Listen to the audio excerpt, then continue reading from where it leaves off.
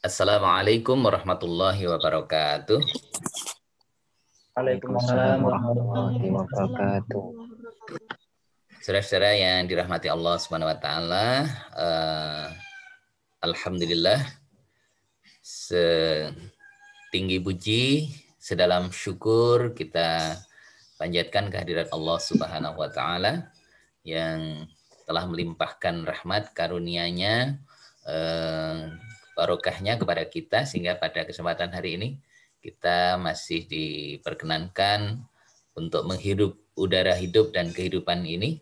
Mudah-mudahan dengan tahmid alhamdulillahirabbil alamin Allah akan menambah nikmatnya kepada kita semuanya, keluarga kita dan juga saudara-saudara kita minal mu'minina wal mu'minat wal muslimina wal muslimat fi kulli makan wa fi kulli zaman. Amin.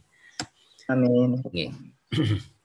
Saudara-saudara yang dirahmati Allah Subhanahu wa taala, tadi seperti yang sudah saya sampaikan, kalau menurut saya kira mungkin hari ini kita langsung masuk ke materi yang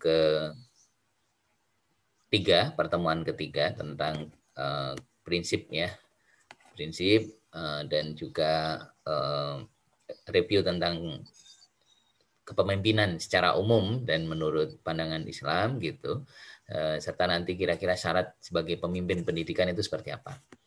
Untuk materi yang terkait dengan konsep kepemimpinan pendidikan nanti akan saya coba berikan secara asinkron ya, nanti dalam bentuk video, link video yang sudah saya tampilkan di YouTube ya, meskipun kelasnya dari kelas lain, tapi insya Allah materinya sama ya, yang saya berikan di beberapa kelas itu sama gitu ya. Kira-kira seperti itu bisa diterima? Oke, Pak. Biar kita nggak ngurangi, nggak nambah lagi ya, nggak nambah lagi. Nanti Biar kalau asal umpamanya himpunan. ya ada hal-hal yang perlu dikonfirmasi, perlu diperdalam ya, nanti bisa langsung kita diskusikan di dalam perkuliahan kita. Baik, saudara-saudara yang dirahmati Allah Subhanahu wa taala, karena kemarin belum sempat saya sampaikan, sedikit saya review bahwa sebenarnya konsep kepemimpinan pendidikan itu merupakan sebuah proses ya. Jadi proses di mana ada upaya ya, ada upaya untuk menggali ya, menumbuh kembangkan ya potensi yang dimiliki oleh para guru, peserta didik, kemudian orang tua dalam rangka untuk meningkatkan kualitas ya pendidikan gitu. Dan tujuannya adalah untuk meningkatkan kualitas pendidikan itu sendiri dan juga sistem pendidikan. Memperbaiki sistem pendidikan, memperbaiki kualitas pendidikan, kemudian memperbaiki sistem pendidikan.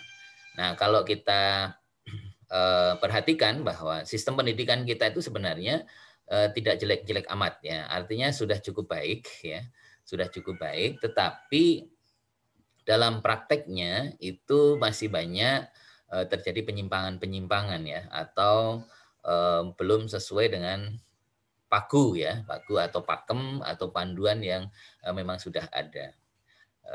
Tentu hal ini disebabkan oleh beberapa hal. Satu di antaranya itu karena memang faktor perkembangan ya, era kita yang sangat cepat ya, dulu dari era konvensional, kemudian sekarang di era digital gitu ya. Dulu ada 4.0, kemudian sekarang 5.0 gitu ya. Jadi sudah semakin meningkat terus gitu. Nah, sekarang ini yang menjadi punggawanya itu adalah IT ya. Jadi IT, pemanfaatan IT untuk pembelajaran gitu. Sehingga di dalam situasi tertentu, dalam kondisi pandemi pun pembelajaran masih tetap berlangsung. Tetapi dalam konteks kualitas kita tidak bisa memberi jaminan secara khusus ya.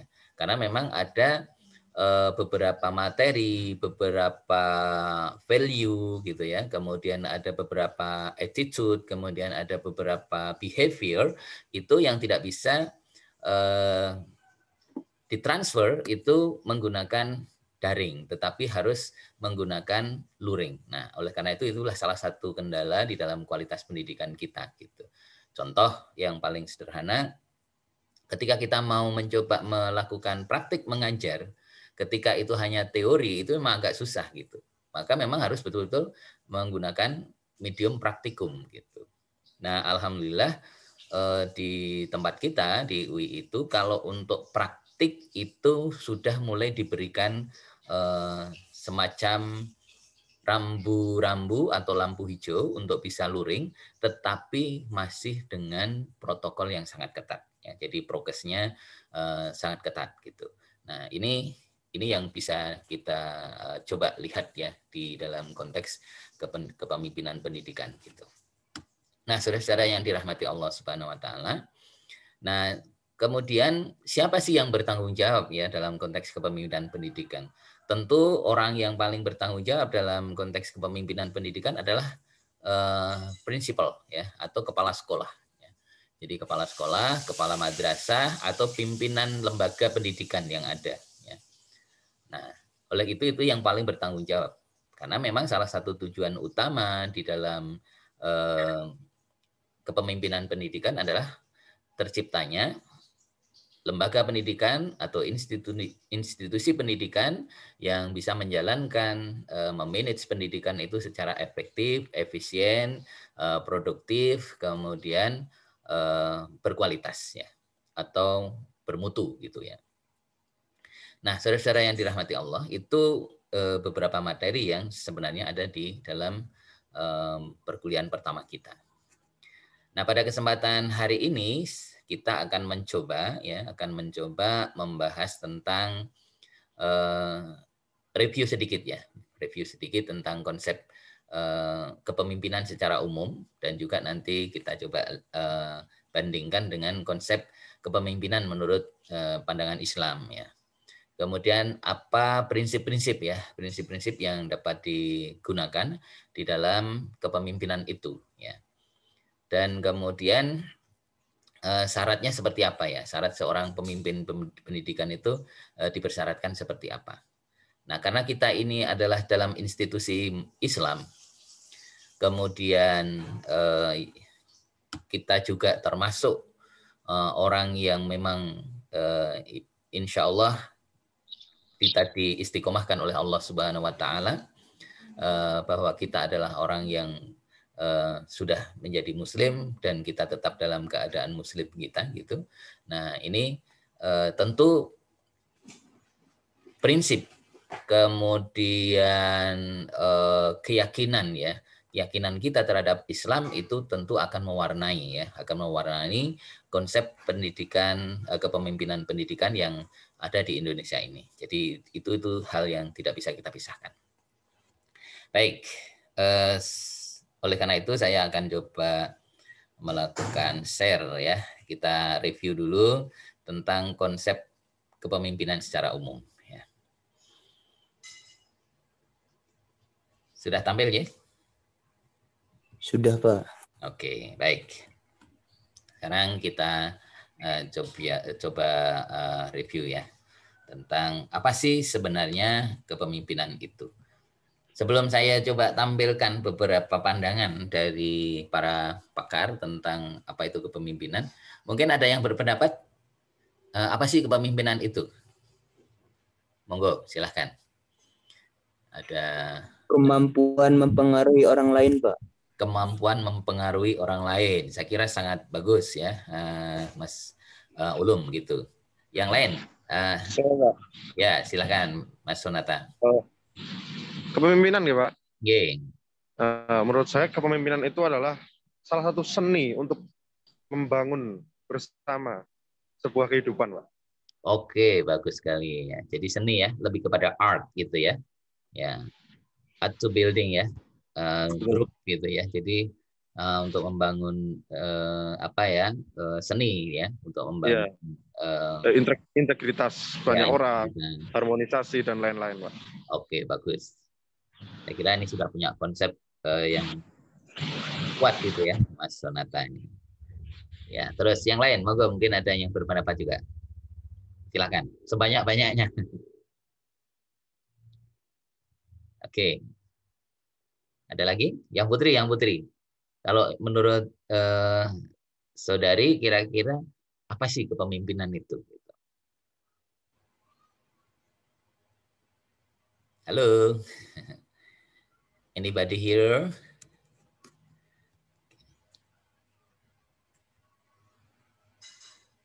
Oke, silahkan dicoba. Ada yang mencoba menjawab. Tadi yang Mas Farudin Ulum sudah, Mas Sonata sudah. Coba Mbak Rika. Menurut Mbak Rika apa ini kepemimpinan? Menurut yang saudara pahami saja. Kepemimpinan itu apa?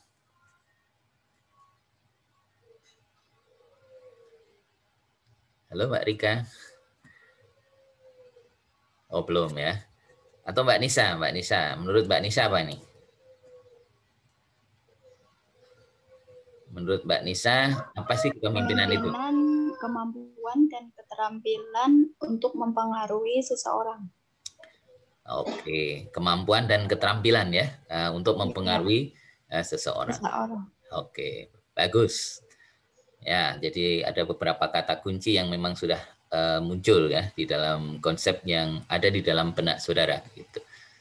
Satu lagi dari yang Putri, yang akhwat nih, silakan. Siapa yang mau mencoba?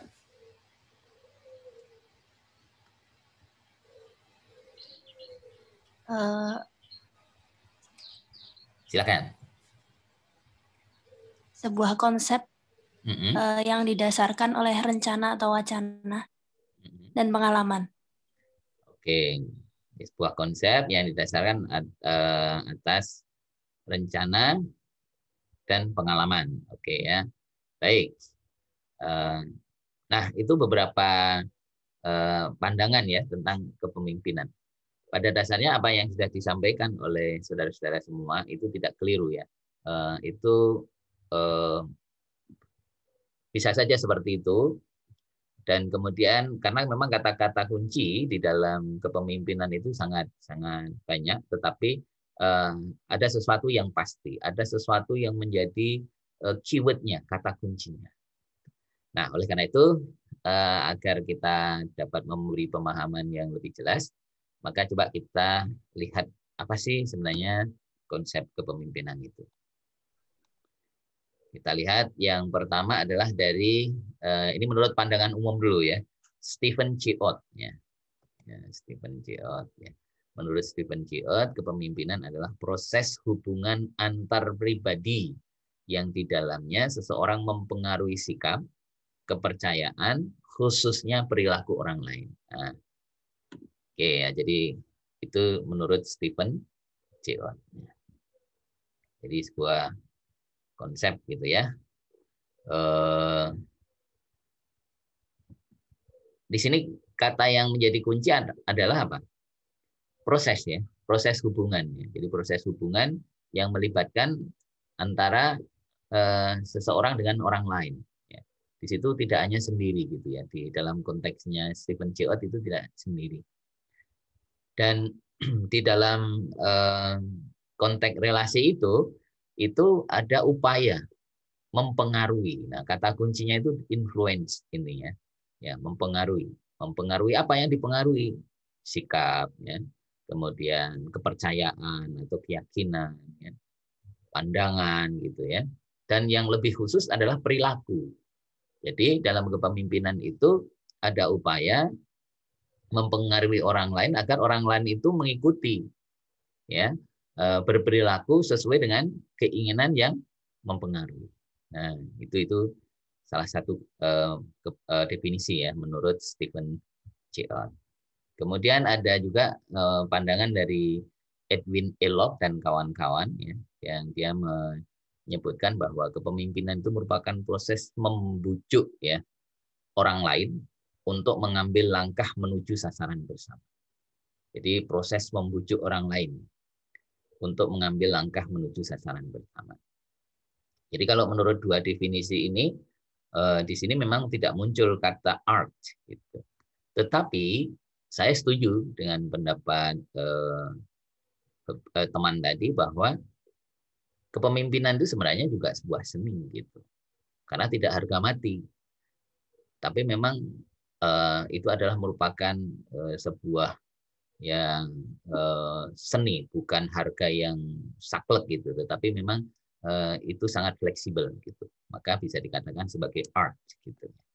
Nah, dari dua definisi ini dapat kita ambil sebuah conclusion gitu ya, bahwasanya kepemimpinan itu merupakan relasi konsep ya. Relasi konsep, dan dia merupakan proses gitu. Artinya tidak langsung jadi gitu. Automatically jadi langsung hasilnya ada, tetapi perlu proses gitu ya. Melalui sebuah proses, dan di dalam proses itu yang paling penting keywordnya itu adalah influence the others, mempengaruhi orang lain. Nah, tentu yang dipengaruhi tadi sudah jelas ya. Yang dipengaruhi itu ada sikap ya, keyakinan, dan yang paling utama adalah perilaku orang lain.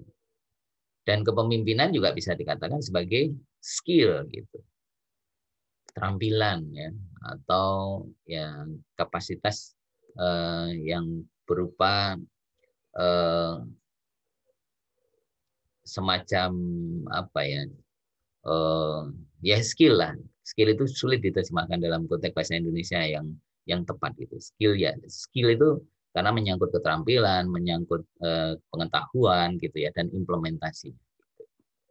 Kemudian di dalam kepemimpinan itu tidak sekedar kita mempengaruhi orang lain, tetapi apa? Ada ending yang hendak dicapai, ada tujuan yang hendak diwujudkan, atau ada harapan-harapan tertentu yang itu nanti menjadi tujuan utamanya. Maka di dalam kepemimpinan sasaran atau itu ada tujuan utama, main purpose atau main goal gitu ya, jadi tujuan utamanya.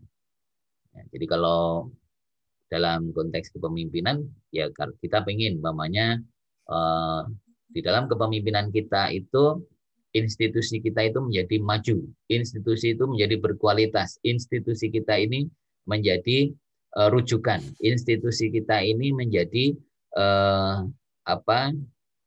teladan bagi institusi lain. Nah, menjadi pilihan gitu ya, sangat berkualitas gitu, efektif, produktif. Nah, itu ada tujuan-tujuan yang sudah kita tetapkan, dan itu menjadi tolak ukur nanti bisa dicapai atau tidak gitu ya. Oke, jadi intinya bahwa kepemimpinan itu kalau secara umum itu didefinisikan sebagai konsep relasi dan merupakan sebuah proses. Di dalam proses itu ada upaya mempengaruhi orang lain dan ada tujuan yang hendak diwujudkan. Nah, karena ini ada melibatkan orang lain ya, kemudian ada prosesnya gitu, berarti di situ ada rencana. Jadi ketika disampaikan ada yang menyebut rencana, itu betul. Jadi dalam konteks kepemimpinan itu kita juga punya rencana. Nah, apakah rencananya itu bisa berhasil atau tidak? Nah, itu nanti sangat tergantung di dalam proses itu. Baik. Nah, ini beberapa definisi lain untuk memperkuat ya, untuk sebagai gambaran saja. Ini menurut Alfred Fiedler gitu.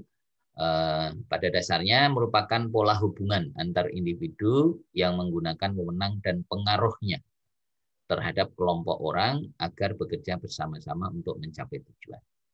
Jadi di sini ada proses kerjasama, ya, koordinasi dengan orang lain dalam rangka mencapai tujuan. Kemudian ada juga yang menyebut sebagai proses dengan berbagai cara mempengaruhi orang atau sekelompok orang. Saya yang tidak setuju itu dengan kalimat berbagai cara ini. Nah, mungkin ini perlu kita pertegas ya. Karena Islam itu tidak menghalalkan segala cara gitu. Islam itu hanya mengajarkan caranya itu adalah cara yang dibenarkan. Ya. Cara yang baik. Jadi untuk mencapai kebaikan itu pun caranya juga harus baik. Tidak boleh dengan cara yang tidak baik. Gitu ya. Nah, apalagi dengan menipu, berbohong gitu ya, karena yang seperti itu tetap bukan merupakan cara-cara yang dibenarkan. Makanya di dalam sebuah doa yang di awal dulu pernah saya sampaikan untuk mengawali medium pembelajaran kita, kita kan mohon kepada Allah ya. Rabbi adkhilni mudkhala sidqin wa akhrijni mukhraja sidqin waj'alni min ladunka sultanan nasira. Jadi seperti itu. Allahumma arinal haqqa haqqa warzuqna ittiba'ah wa arinal batila batila warzuqna ijtinabah. Nah, itu sebenarnya supaya di dalam proses kita ya, dalam kehidupan kita itu, di dalam menjalani sesuatu, kita itu masuk dengan benar, keluar juga dengan benar gitu ya. Bahwa yang benar itu ditunjukkan supaya kita juga bisa melaksanakan dengan baik gitu. Dan ditunjukkan pula yang batil itu batil sehingga kita bisa menghindarinya. Jadi berbagai cara di sini yang dimaksudkan kalau dalam konteks Islam tentu adalah berbagai cara yang dibenarkan menurut aturan-aturan agama. Memang menurut pandangan orang lain atau mungkin sebuah sistem atau menurut falsafah tertentu gitu, ya termasuk juga mohon maaf ya komunis gitu ya, Marxis gitu, itu menggunakan cara yang tidak benar dengan cara harus mengorbankan orang lain itu bisa saja dibenarkan. Yang penting tujuan tercapai. Tapi Islam kan tidak seperti itu, gitu ya. Nah ini penting. Kemudian ada juga menurut John Fifner itu bahwa kepemimpinan itu dimaknai sebagai kemampuan mengkoordinasikan dan memotivasi orang-orang dan kelompok untuk mencapai tujuan. Jadi benar sekali apa yang sudah disampaikan oleh beberapa teman di awal tadi, bahwa di sini merupakan kemampuan ya, ability. Ya. Jadi ada ability to coordinate ya, and motivate ya. The others ya, and group gitu. Untuk apa?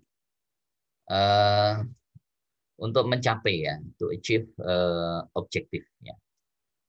General purpose umpamanya, tujuan umum umpamanya seperti itu. Kemudian di sini juga ada pandangan dari Knott dan O'Donnell yang menyebutkan bahwa kepemimpinan itu proses mempengaruhi sekelompok orang sehingga mau bekerja dengan sungguh-sungguh untuk meraih tujuan kelompok. Jadi ini lebih pada sebuah kelompok ya, dalam satu komunitas tertentu gitu. Makanya tadi juga disampaikan oleh Mas Maulana juga dalam konteks komunitasnya. Nah ini juga tidak keliru gitu. Kemudian menurut Davis ya, ini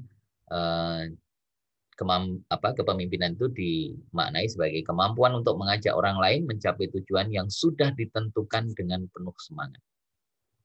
Jadi tujuannya itu sudah ditetapkan lebih dahulu gitu. Tetapi ada kata kunci, dengan penuh semangat gitu. Yaitu dengan jihad ya, dengan jihad kesungguhannya, dengan sungguh-sungguh. Tidak sekedar yang penting tercapai. Bukan alon-alon waton kelakon gitu. Alon-alon waton kelakon itu juga menurut falsafah Jawa itu ya bisa saja mencapai, tetapi tujuannya nanti tidak akan efisien, tidak akan efektif gitu. Karena prosesnya menjadi lama gitu.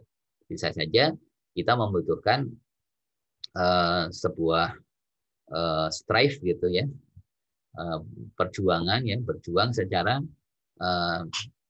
maksimal gitu, dengan sungguh-sungguh, manjada wajada gitu ya, jadi seperti itu.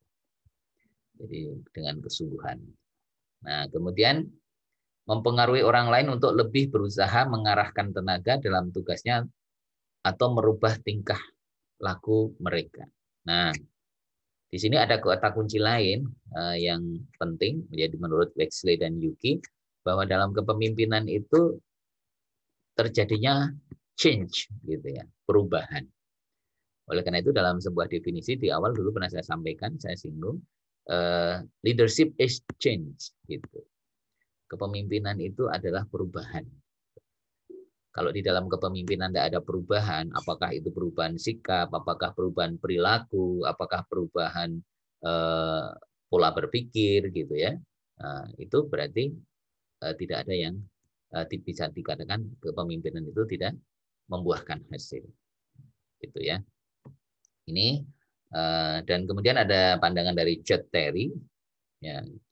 Jadi kepemimpinan dimaknai sebagai kegiatan mempengaruhi orang-orang untuk bersedia berusaha mencapai tujuan bersama. Jadi relatif sama ya dengan beberapa definisi. Sehingga dalam definisi-definisi ini ada beberapa kesimpulan secara umum. Pertama adalah kemampuan mempengaruhi orang lain, baik itu kelompok atau mungkin bawahan gitu ya.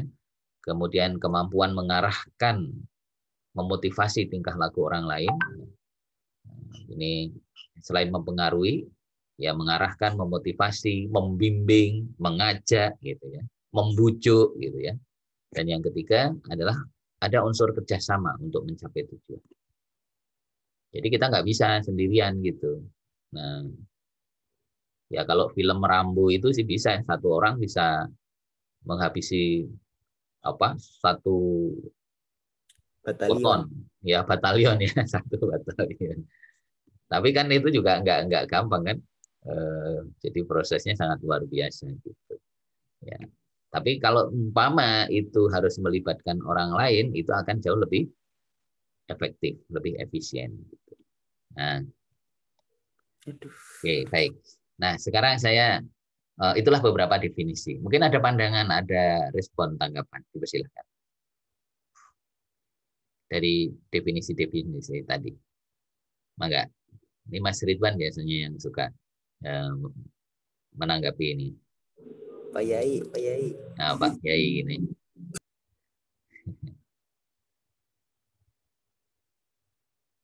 Belum ini ya. Nah, kalau belum saya lanjutkan dulu. Nah, kalau itu tadi beberapa konsep kepemimpinan, nah sekarang kita akan coba lihat apa sih yang menjadi dasar kepemimpinan itu. Ini terus terang ini saya lihat ya. Ini saya dasarkan kalau ini dalam konteks kepemimpinan Islam. Kalau dalam konteks kepemimpinan dalam konteks kenegaraan kita, dasar utamanya adalah ya sesuai dengan dasar negara kita. Pancasila dan Undang-Undang Dasar 1945 gitu. Nah, nanti ada pertanyaan, Pak, UUD 1945-nya itu yang masih asli atau yang sudah melalui referendum gitu kan. Yang sudah ada perubahan. Ya kalau kita ya mestinya kalau yang berlaku ya mungkin yang berlaku sekarang gitu. Tetapi yang lebih utama itu adalah Undang-Undang Dasar 1945 yang belum ada perubahan. Karena yang ada perubahan itu sekarang justru unsur politisnya itu sangat kental sekali. Hanya menguntungkan beberapa pihak. Tidak mengakomodir seluruh kepentingan masyarakat, ya, kepentingan insan warga negara. Gitu. Nah itu hal yang penting ya di dalam dasar kita. Tapi kalau dalam konteks kita sebagai seorang Muslim ya, dalam institusi pendidikan ya dasar kita ya tidak bisa tidak. Ya, dasarnya adalah Al-Quran dan Sunnah yang utama. Nanti bisa juga itu ya ijma ya, kemudian ada qiyas gitu ya. Itu bisa menjadi dasar juga. Tetapi utamanya adalah dua ini, Al-Quran dan Sunnah. Gitu. Kemudian, nah dasar kepemimpinan itu mengacu pada sebuah prinsip. Nah, nanti akan saya sampaikan apa itu prinsipnya. Tapi di sini saya singgung dulu, prinsipnya adalah al-adalah. Kemudian al-adalah itu adil ya, al-musawwah ya, persamaan, at-ta'adudiyah. Ta'adudiyah itu kemajemukan ya. Kemudian asyura ya, syura itu musyawarah dan huriyah itu kemerdekaan. Jadi ya, dalam kepemimpinan itu ya kita harus mengedepankan prinsip keadilan. Ya, jadi seorang pemimpin harus adil, ya, tidak tebang pilih, tidak pilih kasih gitu ya. Sehingga semuanya itu berhak dan harus mendapatkan pelayanan yang terbaik. Ya. Harus bisa mendapatkan hak-haknya sebagai warga negara. Karena pada dasarnya pemimpin adalah melayani. Sehingga ada yang menyebut pemimpin itu pelayan. Nah, saudara yang dirahmati Allah SWT, kalau di dalam Al-Quran, dasar kepemimpinan itu dapat kita lihat antara lain adalah dengan konsep khalifah. Ya, khalifah di dalam surat kedua Al-Baqarah ayat 30. A'udzubillahi minasyaitonirrajim. Wa idz qala rabbuka lil malaikah inni ja'ilun fil ardi khalifah. Nah, jadi kata khalifah di situ. Kemudian dalam surat Al-An'am ya surat ke-6 165 bahwa manusia itu oleh Allah Subhanahu wa taala diberi peran untuk memakmurkannya, memelihara alam semesta. Ya, ini khalifah juga di situ, kata khalifah. Kemudian yang kedua itu aulia. Ya. Jamaknya apa? Jamak dari aulia apa? Wali ya? Wali. Ya, wali. Aulia bukannya jamak ya, Pak? Ya. Ya, ini kan saya ngetes saja ini. Masya Allah. Kalau wali kan mufradnya. Betul, betul. Wali, ini jamaknya aulia. Nah, ini aulia itu ada di dalam Al-Quran, beberapa surat ya. Sebenarnya banyak ya. Tapi ada beberapa surat dalam surat An-Nisa yang surat keempat 144 gitu. Nah, yang nanti maknanya bisa kita lihat ya. Aulia itu bisa juga teman akrab ya, pemimpin, kemudian penolong, pelindung dan seterusnya. Kemudian dalam surat Al-Maidah yang ini pernah jadi heboh gitu ya. Ya, tentang kasus Ahok itu ya. Iya, Ahok. Ya, betul. Surat Al-Maidah ya, ayat 51, 55, 56, 57 gitu. Itu yang berbicara tentang aulia. Nah, saya kira ini sudah sangat jelas gitu ya. Ya, ini nggak bisa tidak karena kita sebagai seorang muslim maka landasan kita juga sesuai dengan landasan di dalam ajaran agama kita. Ya, tentu Al-Qur'an dan As-Sunnah. Kemudian di sini ada juga sebutan ulil amri ya. Jadi kepemimpinan. Kalau pemimpin dalam konteks Islam itu sering disebut dengan ulil amri. Nah, ini ayatnya juga populer. Surat An-Nisa ya. Ayat 59. Ya ayyuhalladzina amanu atti'ullah wa atti'ur rasul wa ulil amri minkum. Fa in tanaza'tum fi syai'in farudduhu ilallah wa rasul ila akhirih ayatnya. Tapi ada kata kunci yang penting di situ. Coba perhatikan, ya ayyuhalladzina amanu. Yang diseru adalah orang-orang yang beriman. Apa?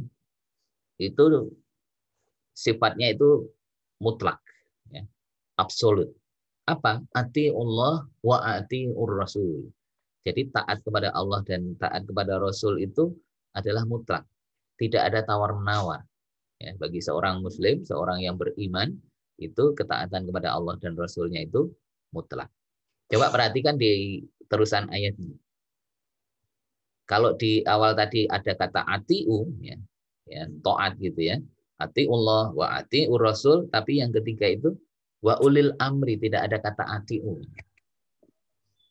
Nah, itu menurut para mufassir ini ada hal yang penting di sini.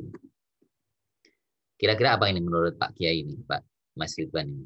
Kenapa kok yang ketiga itu tidak ada atiunya? Padahal itu an-atof ya maunya. Nah, ini saya ingin mendapat Pak Kiai ini seperti apa ini? Artinya itu harus ulil amri yang atiullah sama atiur rasul juga, Pak. Oke, betul sekali. Artinya apa? Kalau seandainya ulil amri itu tidak atiullah wa atiur rasul, maka ketaatannya tidak mutlak kan berarti. Artinya bisa ditaati dan bisa juga malah justru tidak ditaati gitu. Dia ditaati sama dengan ketaatan kita kepada Allah dan Rasulnya kalau dia itu taat kepada Allah dan Rasulnya gitu. Maka itu sebenarnya penjelasannya bisa di dalam ayat terusannya itu. Fa in tanaza'tum fi syai'in farudduhu ilallah wa rasul. Dan jika mereka berselisih tentang sesuatu, maka mereka mengembalikannya kepada Allah dan Rasulnya. Nah, kalau pemimpinnya itu malah menyalahi, bahkan memusuhi orang-orang yang menjalankan berprinsip ya dengan Al-Quran dan As-Sunnah, ya menurut saya tidak harus ditaati kayak gitu. itu ada prasyarat gitu ya. Nah, itu hal yang penting yang kita tidak boleh tertipu ya, karena ini ayat ini sering dijadikan alat politik gitu ya, alat politiknya, terutama kalau masa-masa kampanye gitu ya. Jadi kampanye ini enak kampanye ini. Betul. Tapi ini penting ya. Jadi syaratnya itu ada sebuah, ya mungkin nanti ini bisa dikoreksi ya. Jadi saya pernah mendengar sebuah asar kalau tidak salah. Jadi ini salah satu statement dari Khalifah Umar bin Khattab kalau tidak keliru. Itu laisal Islam ila biquatin gitu. Tidak ada Islam kecuali dengan kekuatan. Wala quwata illa bi jama'atin gitu. Dan tidak ada kekuatan kecuali dengan jamaah, dengan organisasi gitu ya. Dengan kelompok gitu. Kalau sendirian kan nggak bisa ya. Wala jama'ata illa bi umaratin, dan tidak ada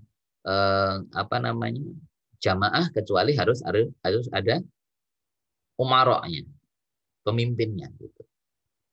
Wala umarata illa bi ta'atin, dan tidak ada pemimpin, kepemimpinan itu tidak akan bisa berhasil dengan baik illa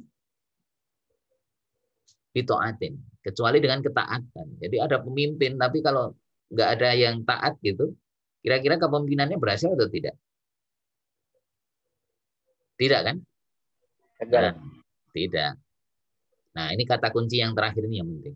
Wala ta'ata illa bi ta'atillah. Nah, dan tidak ada ketaatan kecuali ketaatan kepada Allah Subhanahu wa ta'ala. Jadi ini penting ya. Jadi barangkali itu menjadi landasan kita. Nah, saya kalau dalam konteks kepemimpinan itu dasar itu betul-betul saya perhatikan. Jadi bagaimana kita bisa menunjukkan bahwa di dalam konteks kita sebagai seorang muslim, ya muslim itu tidak bisa lepas dari konteks kepemimpinan, dan kepemimpinan itu harus ada ketaatan, dan ketaatan itu adalah kuncinya ketaatan kepada Allah Subhanahu wa ta'ala. Oke, jadi seperti itu. Kira-kira setuju nggak nih? Halo? Ini teman-teman. Setuju ya? Setuju ya? Iya. Iya, Pak. Kalau umpamanya Anda sebagai seorang pemimpin, kemudian di dalam konteks kepemimpinan Anda itu orang-orang yang menjadi komunitas saudara, bawahan saudara, atau yang Anda pimpin gitu, itu tidak ada ketaatan, kira-kira bisa berhasil nggak? Bisa dapat mencapai tujuan dengan baik atau tidak? Tidak ya? Tidak. Kalau toh bisa, mungkin prosesnya harus sangat panjang kan gitu. Ya kalau diibaratkan, meskipun itu sebuah fiksi ya, atau mungkin juga sekedar hiburan gitu ya, kayak film Rambo itu, satu orang mengalahkan satu batalion gitu kan. Dan prosesnya lama gitu ya, jadi prosesnya lama. Kalau zaman dulu, zaman saya masih kecil, namanya ada film Combat gitu ya. Combat, satu pasukan kecil tapi bisa mengalahkan suatu kelompok besar gitu. Nah ini. Tapi apa, di dalam kelompok kecil itu tetap harus ada ketaatan. Satu itu berkhianat, hancur juga itu. Nah ini salah satu contohnya. Nah, baik, kemudian ada sebuah konsep yang digunakan untuk merujuk ya kata kepemimpinan itu adalah dengan imam ya. Nah, imam nanti akan kita lihat. Nah, ini beberapa penjelasan. Khalifah itu maknanya itu ya, wakil, pengganti, atau duta. Sebagai khalifah berarti menduduki jabatan sebagai pengganti atau duta Allah di muka bumi. Maka harus hati-hati. Ini penting bagi kita ya, sebagai khalifah ini sangat berat gitu. Coba Anda perhatikan dalam surat 33 ayat 72. Surat 33 itu surat apa? Halo? Surat 33, ayo. Surat ke-33. Eta naon? Nah, surat Al-Ahzab. Ayat 72-nya menjelaskan tentang apa kira-kira? Makna khalifah juga ya. Bahwa itu tentang amanah ya. Amanah itu dulu kan pernah mau diberikan oleh Allah kepada makhluk-makhluk yang lain ya, seperti gunung ya, dan juga makhluk-makhluk yang lain. Tetapi mereka enggan menerimanya, tidak mau menerima. Dan manusialah yang menerimanya. Maka dikatakan disebutkan oleh Allah dalam firman-Nya di dalam ayat itu, manusia itu adalah zoluman jahula. Manusia itu zalim dan jahil gitu ya. Bodoh. Ya, bodoh gitu. Karena apa? Menerima amanah itu kan berat gitu. Kulukum ra'in wa kulukum mas'ulun an ra'iyatih gitu. Kalian itu adalah pemimpin, suatu saat akan dimintai pertanggungjawabannya gitu. Atau di dalam surat ke-23 ayat 115 gitu. Surat 23 itu surat apa? Al-Mu'minun. Al-Mu'minun. Ayat 115 itu yang menyatakan bahwa kita itu diciptakan tidak sia-sia, tetapi nanti kita akan mempertanggungjawabkan juga. Nah, itu makna khalifah yang di dalamnya itu sebagai wakil, berarti kita mengemban amanah, dan amanah itu berat. Tuh, tapi makanya di dalam ayat Al-Ahzab surat ke-33 ayat 72 itu manusia dikatakan sebagai zuluman jahula gitu. Jadi ini karena beratnya itu ya, makhluk yang lain nggak kuasa untuk menerimanya gitu. Dan faktanya memang betul atau manusia itu dikatakan oleh Allah sebagai zuluman jahula itu betul atau salah? Kalau kita lihat konteksnya sekarang ini. Betul, Pak. Betul ya. Kira-kira banyak pemimpin yang amanah atau pemimpin yang khianat kira-kira? Khianat. Enggak, ini fakta aja ya di hadapan kita ya. Artinya begini. Itu harus menjadi pelajaran berharga buat kita. Bahwa suatu saat ketika kita betul-betul diberikan amanah, mengemban amanah dalam sebuah institusi, apakah institusi itu institusi pendidikan, institusi di dalam masyarakat gitu ya, atau dimanapun saja berada, termasuk di dalam konteks keluarga, maka kita harus hati-hati dan jangan sampai tadi menyalahi apa yang sudah diberikan rambu-rambunya oleh Allah Subhanahu wa taala melalui beberapa ayat tadi. Oke, baik. Kemudian yang kedua imam ya. Imam itu dimaknai kepemimpinan menyeluruh dalam persoalan yang berkenaan dengan masalah keagamaan dan duniawi sebagai pengganti fungsi Rasulullah Shallallahu Alaihi Wasallam. Ini salah satu definisi saja ya.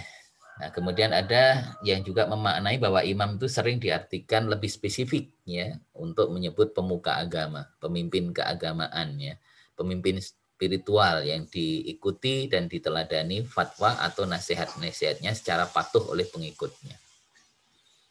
Ya, jadi imam itu ya harus bisa memberikan contoh ya, harus bisa mumpuni, memiliki pemahaman, pengetahuan, wawasan yang luas ya, dan dia bisa memberikan fatwa gitu ya. Ketika ada persoalan-persoalan yang terkait dengan permasalahan, baik itu masalah dalam keduniaan maupun juga dalam masalah keagamaan atau akhirat gitu. Kemudian yang berikutnya ulil amri. Nah, itu bisa diartikan sebagai pemerintah, ulama, cendekiawan, pemimpin militer atau tokoh-tokoh masyarakat yang menjadi tumpuan umat menerima kepercayaan atau amanah dari masyarakat. Itu menurut Mustafa Al-Maraghi. Nah, jadi menurut Al-Maraghi itu definisi ulil amri itu seperti itu. Nah, kalau ditanya pemerintah kita itu apakah pokoknya yang namanya pemerintah begitu saja? Kalau saya masih tetap melihat ya, kalau pemerintahnya itu betul-betul tadi landasannya adalah atiullah wa atiur rasul gitu, maka ya kita wajib taat gitu. Wajib taat ya. Tetapi kalau kemudian pemerintahnya itu banyak menyalahi, bahkan dengan terang-terangan ya, berani menyimpangi Al-Quran dan Al-Hadis, ya kalau saya nggak mau ikuti. Iya, Saya anggap itu bukan ulil amri gitu ya. Bukan ulil amri gitu. Karena syarat ulil amri menurut saya berdasarkan ayat tadi itu adalah ati Allah wa atiur rasul. Farudduhu ilallah wa rasul gitu. Jadi dia akan selalu kembali kepada hukum-hukum Allah dan hukum-hukum Rasul ya. Jadi seperti itu, menjalankan berpedoman pada Al-Qur'an ya, mendasarkan pada sunnah gitu atau hadis gitu ya. Jadi seperti itu. Atau kalau menurut Mahmud Saltut gitu ya, itu orang-orang yang cerdik pandai yang dikenal oleh umat sebagai ahli dalam berbagai bidang serta mengerti kepentingan umatnya. Di sini ahli dalam berbagai bidang. Nah sekarang ini kan banyak orang menduduki satu posisi tertentu, jabatan tertentu, menempati amanah tertentu, tetapi bukan ahlinya gitu. Betul atau enggak? Betul. Betul Ya. sekali Pak. Betul. Padahal di dalam hadis sudah diberikan rambu-rambu kan oleh Rasulullah ya. Iya. Idza wusital amru ila ghairi ahlihi fangtaziris sa'ah gitu ya. Jadi kalau satu urusan tidak diserahkan pada yang ahlinya, maka tunggulah ke Hancur. gitu. Itu rambu-rambu itu sudah 14 abad lebih gitu ya. Ya, hampir 15 abadnya. Hampir ya. Ya, tapi 14 abad lebih. Kalau dulu kan orang selalu menyebut 14 abad gitu ya. Sekarang udah lebih gitu, 14 abad lebih. Hampir 15 gitu. Nah, jadi seperti itu. Ini sangat jelas ya. Ahli dalam berbagai bidang. Jadi seorang pemimpin itu ya tidak hanya menguasai bidang tertentu, tapi juga ahli dalam berbagai bidang ya. Sebaiknya. Jadi seorang leader di dalam sekolah itu ya tidak hanya menguasai manajemen sekolah saja, tapi juga dia seorang ulama juga ya, atau seorang alim ya, yang dia juga memahami tentang persoalan kemasyarakatan ya, kemudian persoalan umat gitu ya, menjadi teladan, menjadi contoh gitu ya, seperti itu. Kalau sekarang ini kan kadang-kadang malah nyun sewu ya, banyak pemimpin yang tidak bisa menjadi contoh ya, bahkan menyalahgunakan wewenang dan tanggung jawabnya sebagai seorang pemimpin gitu. Ya, ini salah satu contoh. Kemudian saya pernah melihat nih video yang viral gitu ya, video viral yang ada di YouTube itu. Jadi ada seorang kepala sekolah, kemudian karena dia itu menjalankan amanahnya sebagai kepala sekolah itu agak pilih kasih, karena kebetulan anaknya juga ada di situ. Dan anaknya itu berbuat semaunya, setiap kali ada keluhan dari anaknya selalu dibela, padahal tidak selalu benar. Nah, kemudian salah satu dinasnya itu, kepala dinasnya itu mencoba mengirim ya anaknya yang sudah sekolah di sekolah negeri, dicoba diminta pindah di sekolah itu. Tujuan utamanya dari kepala dinas itu untuk membuktikan apakah benar sih kepala sekolah itu sebenarnya bertindak sewenang-wenang, bertindak tidak adil, atau tidak amanah di dalam menjalankan tugasnya sebagai kepala sekolah. Dan ternyata kebetulan anaknya itu karena memang dia anaknya itu memang pinter kayak dari sekolah yang memang sekolah yang favorit, diminta ke situ itu adalah sebagai sisik melik, kalau dalam bahasa Jawa itu apa ya? Ya, sebagai orang yang bertugas untuk menyelidiki gitu ya, untuk menyelidiki kebenaran itu. Dan faktanya betul, dia diperlakukan, dibully oleh anaknya kepala sekolah tadi ya. Kalau ada tugas ya suruh dia yang mengerjakan dan seterusnya, tapi selalu dan dia sebenarnya orang yang punya gitu, tetapi di dalam kehidupannya itu si anak yang dititipkan oleh kepala dinasnya itu berperilaku sebagai seorang yang ya mungkin sederhana gitu ya. Mohon maaf, ini saya cas dulu ya. Jadi orang yang sederhana gitu, tapi macam intel gitu Pak ya? Ya kayak intel betul gitu. Dan betul setelah dibully itu tiba-tiba dia memang sudah di skenario gitu. Dia melihat, kemudian datang, dan pada saat dibully itu beliau datang. Ya. Anaknya diperlakukan ya baik itu, bahkan sampai perlakuan fisik gitu ya. Nah setelah itu dia datang dan kemudian dia tidak melihat bahwa tidak menunjukkan bahwa itu adalah anaknya. Dia hanya memperhatikan, dia membela. Nggak benar itu perlakuan Anda.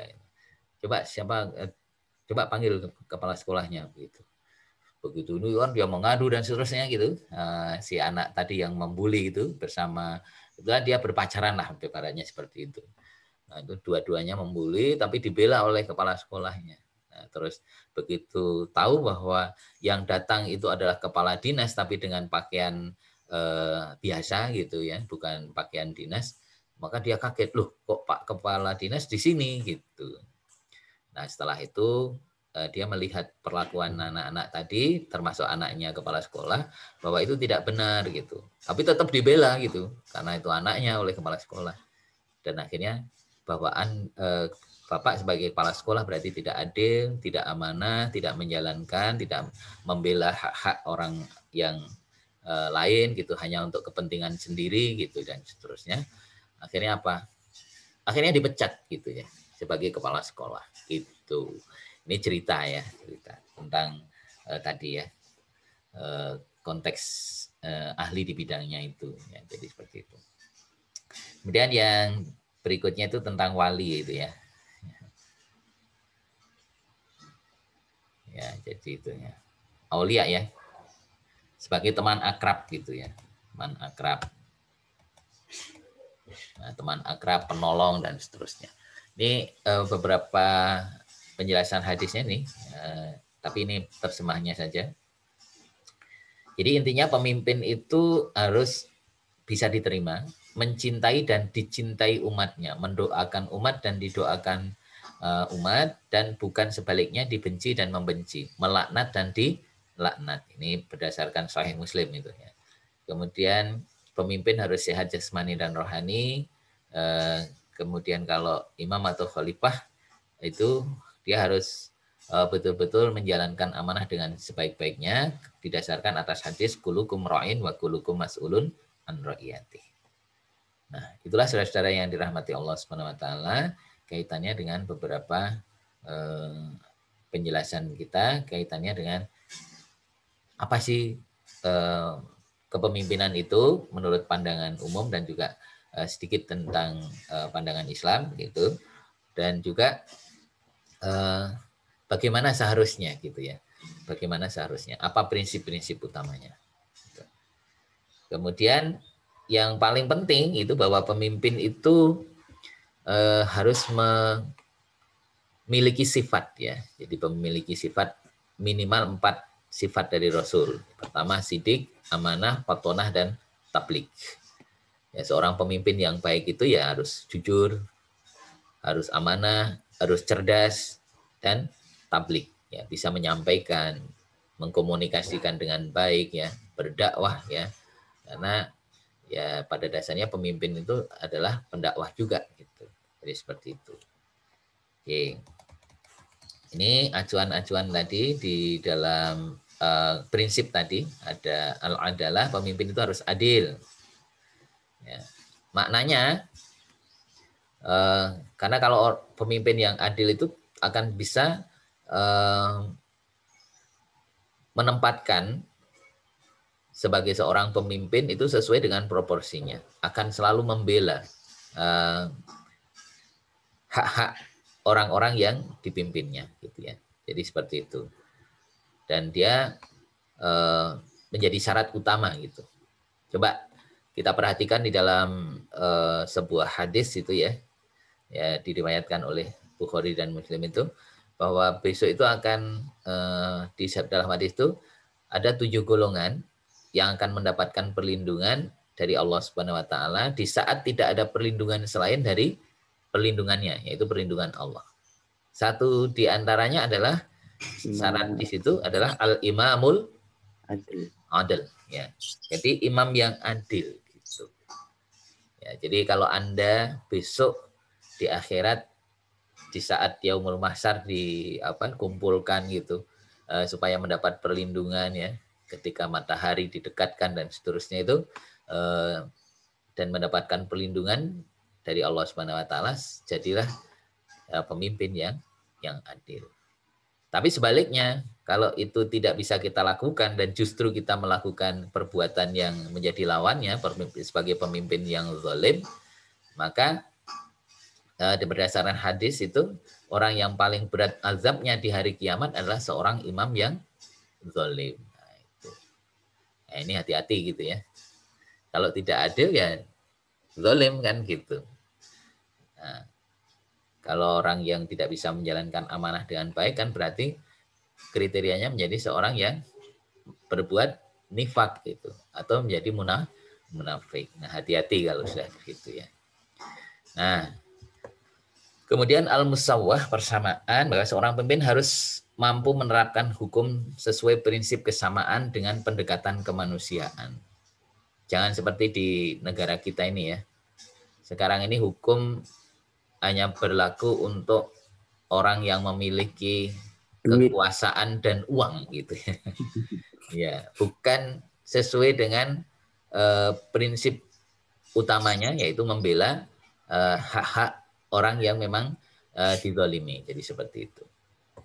Itu hukum di tempat kita gitu ya. Hukum di tempat kita. Makanya prinsipnya persamaan. Sehingga karena seperti itu, maka kita tidak boleh melakukan itu, tetapi harus menganggap semua orang itu memiliki hak yang sama, kesempatan yang sama untuk diperlakukan secara baik gitu ya. Ya, di dalam surat Hujurat ayat ke-13 itu. Ya ayuhan nas, inna khalaqnakum min dzakari wa unsa wa ja'alnakum syu'uban wa qabaila lita'arafu. Inna akramakum indallah atqakum, ya, ila akhirnya ya. Sampai seperti itu. Jadi kata kuncinya itu ya, kita tidak melihat itu dari suku mana, warna kulitnya apa gitu ya, darahnya seperti apa gitu ya, apa darah merah atau darah biru gitu, atau darah hitam gitu ya. Tapi yang paling penting adalah mereka diperlakukan sama. Karena apa? Semuanya itu baik laki-laki, perempuan, suku-suku, berbangsa-bangsa itu untuk saling kenal ya, untuk ta'aruf ya, saling bersama-sama gitu. Ini menjadi penting, dan yang paling penting di sisi Allah itu adalah ketakwaannya gitu. Jadi orang yang paling mulia di sisi Allah adalah orang yang bertakwa. Dan kita tahu wa tazawwadu fa inna khairaz zad at-taqwa gitu ya. Jadi kita tahu bahwa bekal yang terbaik dalam hidup di dunia itu adalah takwa. Khairuz zad ya at-taqwa. Zadit taqwa gitu ya. Jadi itu. Nah, bahkan di dalam sebuah hadis yang sangat populer itu bahwa Rasulullah pernah bersabda, besok orang yang paling dekat denganku di surga atau di akhirat itu adalah orang yang paling bertakwa dan husnul khuluq ya. Ya, husnul khuluq. Jadi orang yang paling bertakwa dan orang yang paling baik akhlaknya, itulah yang besok akan dekat dengan Rasul. Artinya siapa? Siapa saja yang bisa melakukan itu, insya Allah itu bisa dekat dengan Rasulullah. Karena itu jaminannya dari Rasul. Tidak peduli itu orang kaya, tidak peduli itu orang yang mungkin diremehkan, orang biasa gitu, ya miskin gitu. Toh juga di dalam sebuah riwayat, kebanyakan besok yang masuk surga itu 2/3 adalah dari golongan miskin atau kaya? Miskin gitu ya. Yang 1/3 itu yang kaya. Jadi banyak orang miskin gitu. Ya, karena orang miskin itu tidak banyak yang harus dipertanggungjawabkan. Masuk surga duluan, Pak. Gimana? Masuk surga duluan, Pak. Masuk surga duluan. Masuk surga duluan. Iya, karena apa? Ya hisapnya sedikit kan? Karena yang dipunyai sedikit ya. Punyanya apa? Cuma iman ya. Ya, punyanya iman dan keistiqomahan gitu ya. Jadi seperti itu. Tapi kalau orang kaya kan harus di screening dulu gitu ya. Hartanya dari mana gitu, prosesnya benar enggak gitu ya. ini yang masih ada hak-hak orang lain atau tidak. Ini kan screeningnya lama gitu ya. Nah, ini harusnya ada zakat yang tidak dikeluarkan enggak gitu ya. Jadi seperti itu. Nah, ini kira-kira seperti itu.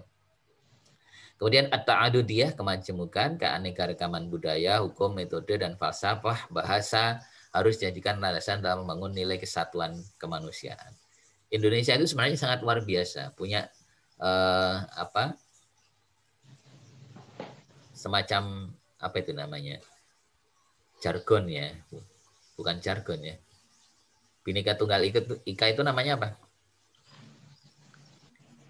Slogan apa ya, Pak? Ya, itu kan luar biasa ya. Bhinneka Tunggal Ika, berbeda-beda tapi tetap satu. Ya, itu tidak memandang suku ya. Antara Solo dengan Jogja, Sunda dengan Jogja, kemudian Palembang, Madura, atau ya dari mana sajalah gitu. Arab dengan bukan Arab gitu ya. Ya, dan seterusnya. Jadi seperti itu. Baik. Nah, itu. Jadi yang paling penting adalah kebersamaannya. Nah, itu kaitannya dengan at-ta'adudiyah atau kemajemukannya. Kita tidak bisa menghindari menafikan bahwa di kita ini negara yang maritim, negara kepulauan, banyak berbagai macam pulau, banyak berbagai macam bahasa, adat istiadat, ya kita harus saling hormati gitu ya. Ya, adat Jawa. Jadi kalau orang dari luar Jawa ya harus bisa menyesuaikan dengan tata krama gitu, budaya Jawa gitu. Bukan harus ikut ya, tapi paling tidak menghormati gitu. Jadi seperti itu, saling menghormati. Karena apa? Demi menjaga persatuan. Karena sekarang ini ada kelompok-kelompok tertentu yang sengaja mencoba mengadu domba. Ya, jadi supaya antara berbagai macam komunitas gitu ya, etnis, suku, dan juga bahkan agama gitu, itu bisa saling berantem gitu atau bermusuhan gitu. Karena apa? Dia punya kepentingan gitu. Kalau saling bermusuhan, maka nanti dia akhirnya orang-orang itu menjadi lemah, dan ketika lemah dia akan tampil. Nah, itu politik zaman Belanda dulu itu sekarang ini ada yang memainkan gitu ya, ada yang memainkan. Karena memang di kita ini ada pihak-pihak tertentu yang memiliki kekuatan dan dia sedang memainkan strategi politiknya, dan suatu saat nanti akan menguasai negara kita. Nauzubillah min dzaliknya, jangan sampai itu terjadi. Maka ini tugas saudara, karena era kepemimpinan ke depan itu adalah di tangan saudara, estafetanya itu di tangan saudara. Maka ini harus memiliki prinsip ini. Kemudian yang berikutnya adalah huriyah atau kebebasan, ya, terutama dalam menjalankan agama, ya. Jadi terutama dalam kebebasan berpikir, berpendapat, ya, berekspresi gitu. Nah, sekarang ini kan serba dibatasi gitu ya.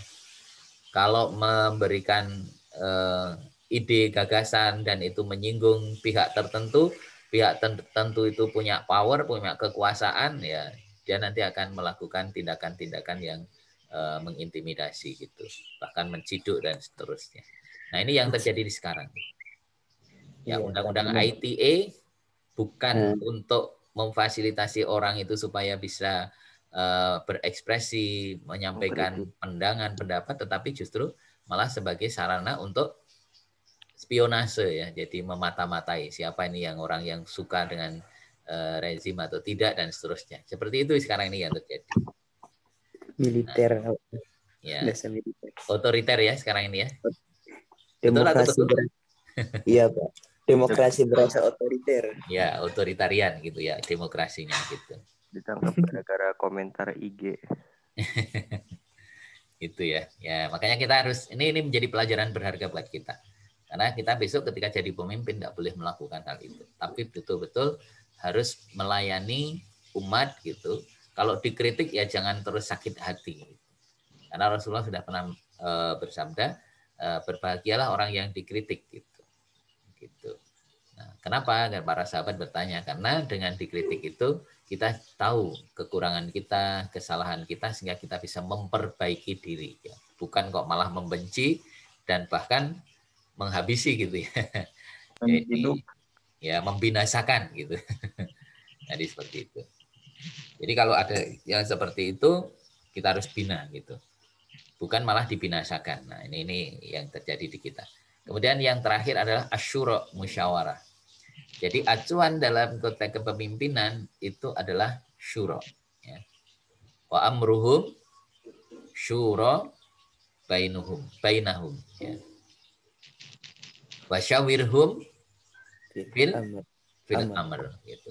Ini dua ayat yang berbeda di dalam satunya tadi ada di dalam surat Ali Imran dan satunya tadi ada di dalam surat Asy-Syu'ara. Ya. Jadi seperti itu. Wa amruhum syura bainahum dan wa syawirhum fil amr. Itu. Jadi seperti itu. Ini prinsip utama ya dalam kepemimpinan itu lebih dikedepankan kalau menurut Islam itu adalah syura'nya. Bahkan dalam sebuah hadis itu diriwayatkan ya, asar sebenarnya ya. Itu Abu Bakar As-Siddiq itu pernah menyampaikan, tidak pernah aku lihat orang yang paling banyak bermusyawarah kecuali Rasulullah itu membuat keputusan langsung bisa nggak? Sangat bisa. Sangat bisa. Tapi kenapa kok Rasul banyak bermusyawarah? Karena Rasul memperhatikan semua orang, Pak. Bagus sekali. Artinya ini memberi pelajaran kepada umat gitu. Karena yang akan hadir itu adalah besok umat akan menghadapi permasalahan yang berbeda gitu. Kalau zaman dulu semua permasalahan itu ketika masih ada Rasulullah semuanya selesai. Ditanyakan kepada Rasulullah selesai. Kalau Rasulullah tidak bisa menjawab langsung saat itu, pasti nanti akan turun ayat ya sampai selesainya ayat yang terakhir itu. Itu kan selalu begitu ya. Nah, pasti selesai itu. Tapi ketika hal itu nanti terjadi di masa-masa setelah sepeninggal beliau, maka musyawarah itu adalah menjadi pelajaran yang itu nanti mestinya itu menjadi acuan bagi umatnya gitu. Dan bahkan Rasulullah itu termasuk orang yang tidak hanya mementingkan diri sendiri, tapi justru lebih banyak mementingkan umat gitu. Betul atau betul? Betul. Betul sekali. Iya, baik. Nah, itulah saudara-saudara yang dirahmati Allah SWT, kaitannya dengan materi kita, kaitannya dengan kepemimpinan. Nah, mungkin ada pertanyaan atau tanggapan, dipersilahkan.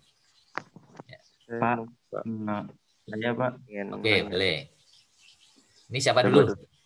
Ya udah, Azriel dulu, silakan. Oke, mangga. Siapa Atta udah angkat tangan. Ya, silakan. Gak apa-apa. Ya, jangan dulu nih, sudah dipersilahkan. Oke. Kan kepemimpinan itu kan sangat-sangat berat ya Pak. Betul. Tapi mengapa orang itu bahkan berlomba-lomba ingin menjadi pemimpin? Kan berbeda ya Pak, orang yang istilahnya itu dia tidak terlalu bernafsu ingin jadi pemimpin sama orang yang sangat-sangat ingin jadi pemimpin gitu Pak. Contohnya aja di dalam suasana kampus kita ini Pak, banyak dari mahasiswa itu yang sangat berlomba-lomba ingin jadi pemimpin suatu organisasi atau himpunan atau entah apapun gitu Pak.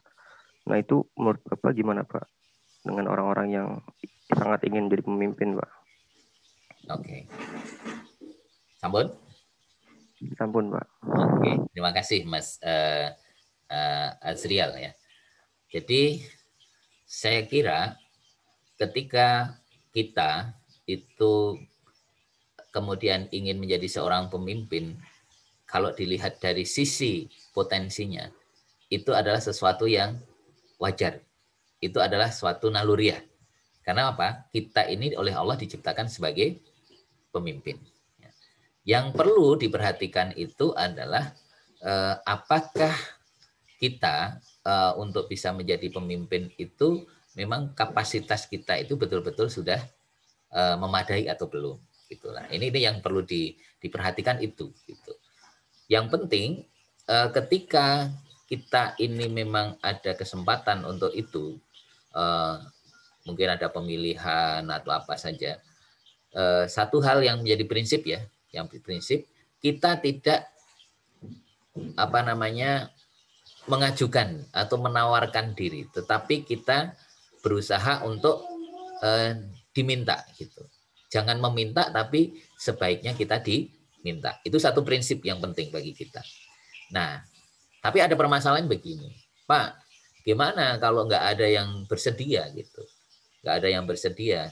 Sementara kepemimpinan itu sangat diperlukan. Sebagaimana dalam sebuah konsepnya, jika kalian berjalan bertiga, maka ambillah satu menjadi pemimpinnya. Itu tapi kan itu bukan kita menawarkan diri, mesti harus salah satu di antara kita itu siap untuk menjadi itu ya. Nah, oleh karena itu kalau terjadi seperti itu, suasana seperti itu, bagaimana? Ya kita mestinya ketika memang tidak ada dan kepemimpinan itu memang sesuatu yang harus, yang penting gitu, kita berusaha untuk tampil ya dalam rangka, tapi yang penting bukan ambisi ambisius untuk melakukan tindakan-tindakan yang tidak seharusnya, tetapi semata-mata kita adalah untuk mewadahi, menjalankan sebuah prinsip, menjalankan sebuah konsep yang ada di dalam Islam itu, bahwa ketika kita memang dalam suatu komunitas, kita berorganisasi, memang harus ada pemimpinnya, tujuan kita adalah menyelamatkan itu. Itu hal yang penting bagi kita. Selama itu yang menjadi acuannya, menurut saya kok tidak apa-apa. Tapi lebih utama ketika kita memang dalam sebuah konteks, maka sebaiknya kita jangan menawarkan diri, tapi sebisa mungkin kita justru yang ditawari. Itu yang terbaiknya, idealnya seperti itu. Nah, saya kira kalau umpamanya kita sudah bisa menunjukkan sikap kita, ya, perilaku kita, komitmen kita, kemudian keyakinan kita dengan baik, kemudian kita memiliki prinsip yang kuat, maka orang lain itu pasti akan mencoba mencari gitu. Udahlah, si A saja yang layak untuk jadi pemimpin gitu. Karena apa? Automatically orang pasti akan mencari yang seperti itu gitu. Sekarang ini kan kita merindukan yang seperti itu ya. Bukan berarti malah tapi karena kondisi situasi di lingkungan kita, di masyarakat kita, di negara kita, itu orang-orang yang baik ya, yang memiliki kapasitas, itu memang sengaja disingkirkan gitu ya. Nah, itu jadi masalah besar di kita ini. Apakah di negara kita nggak ada orang yang memiliki kapasitas yang bagus? Ada.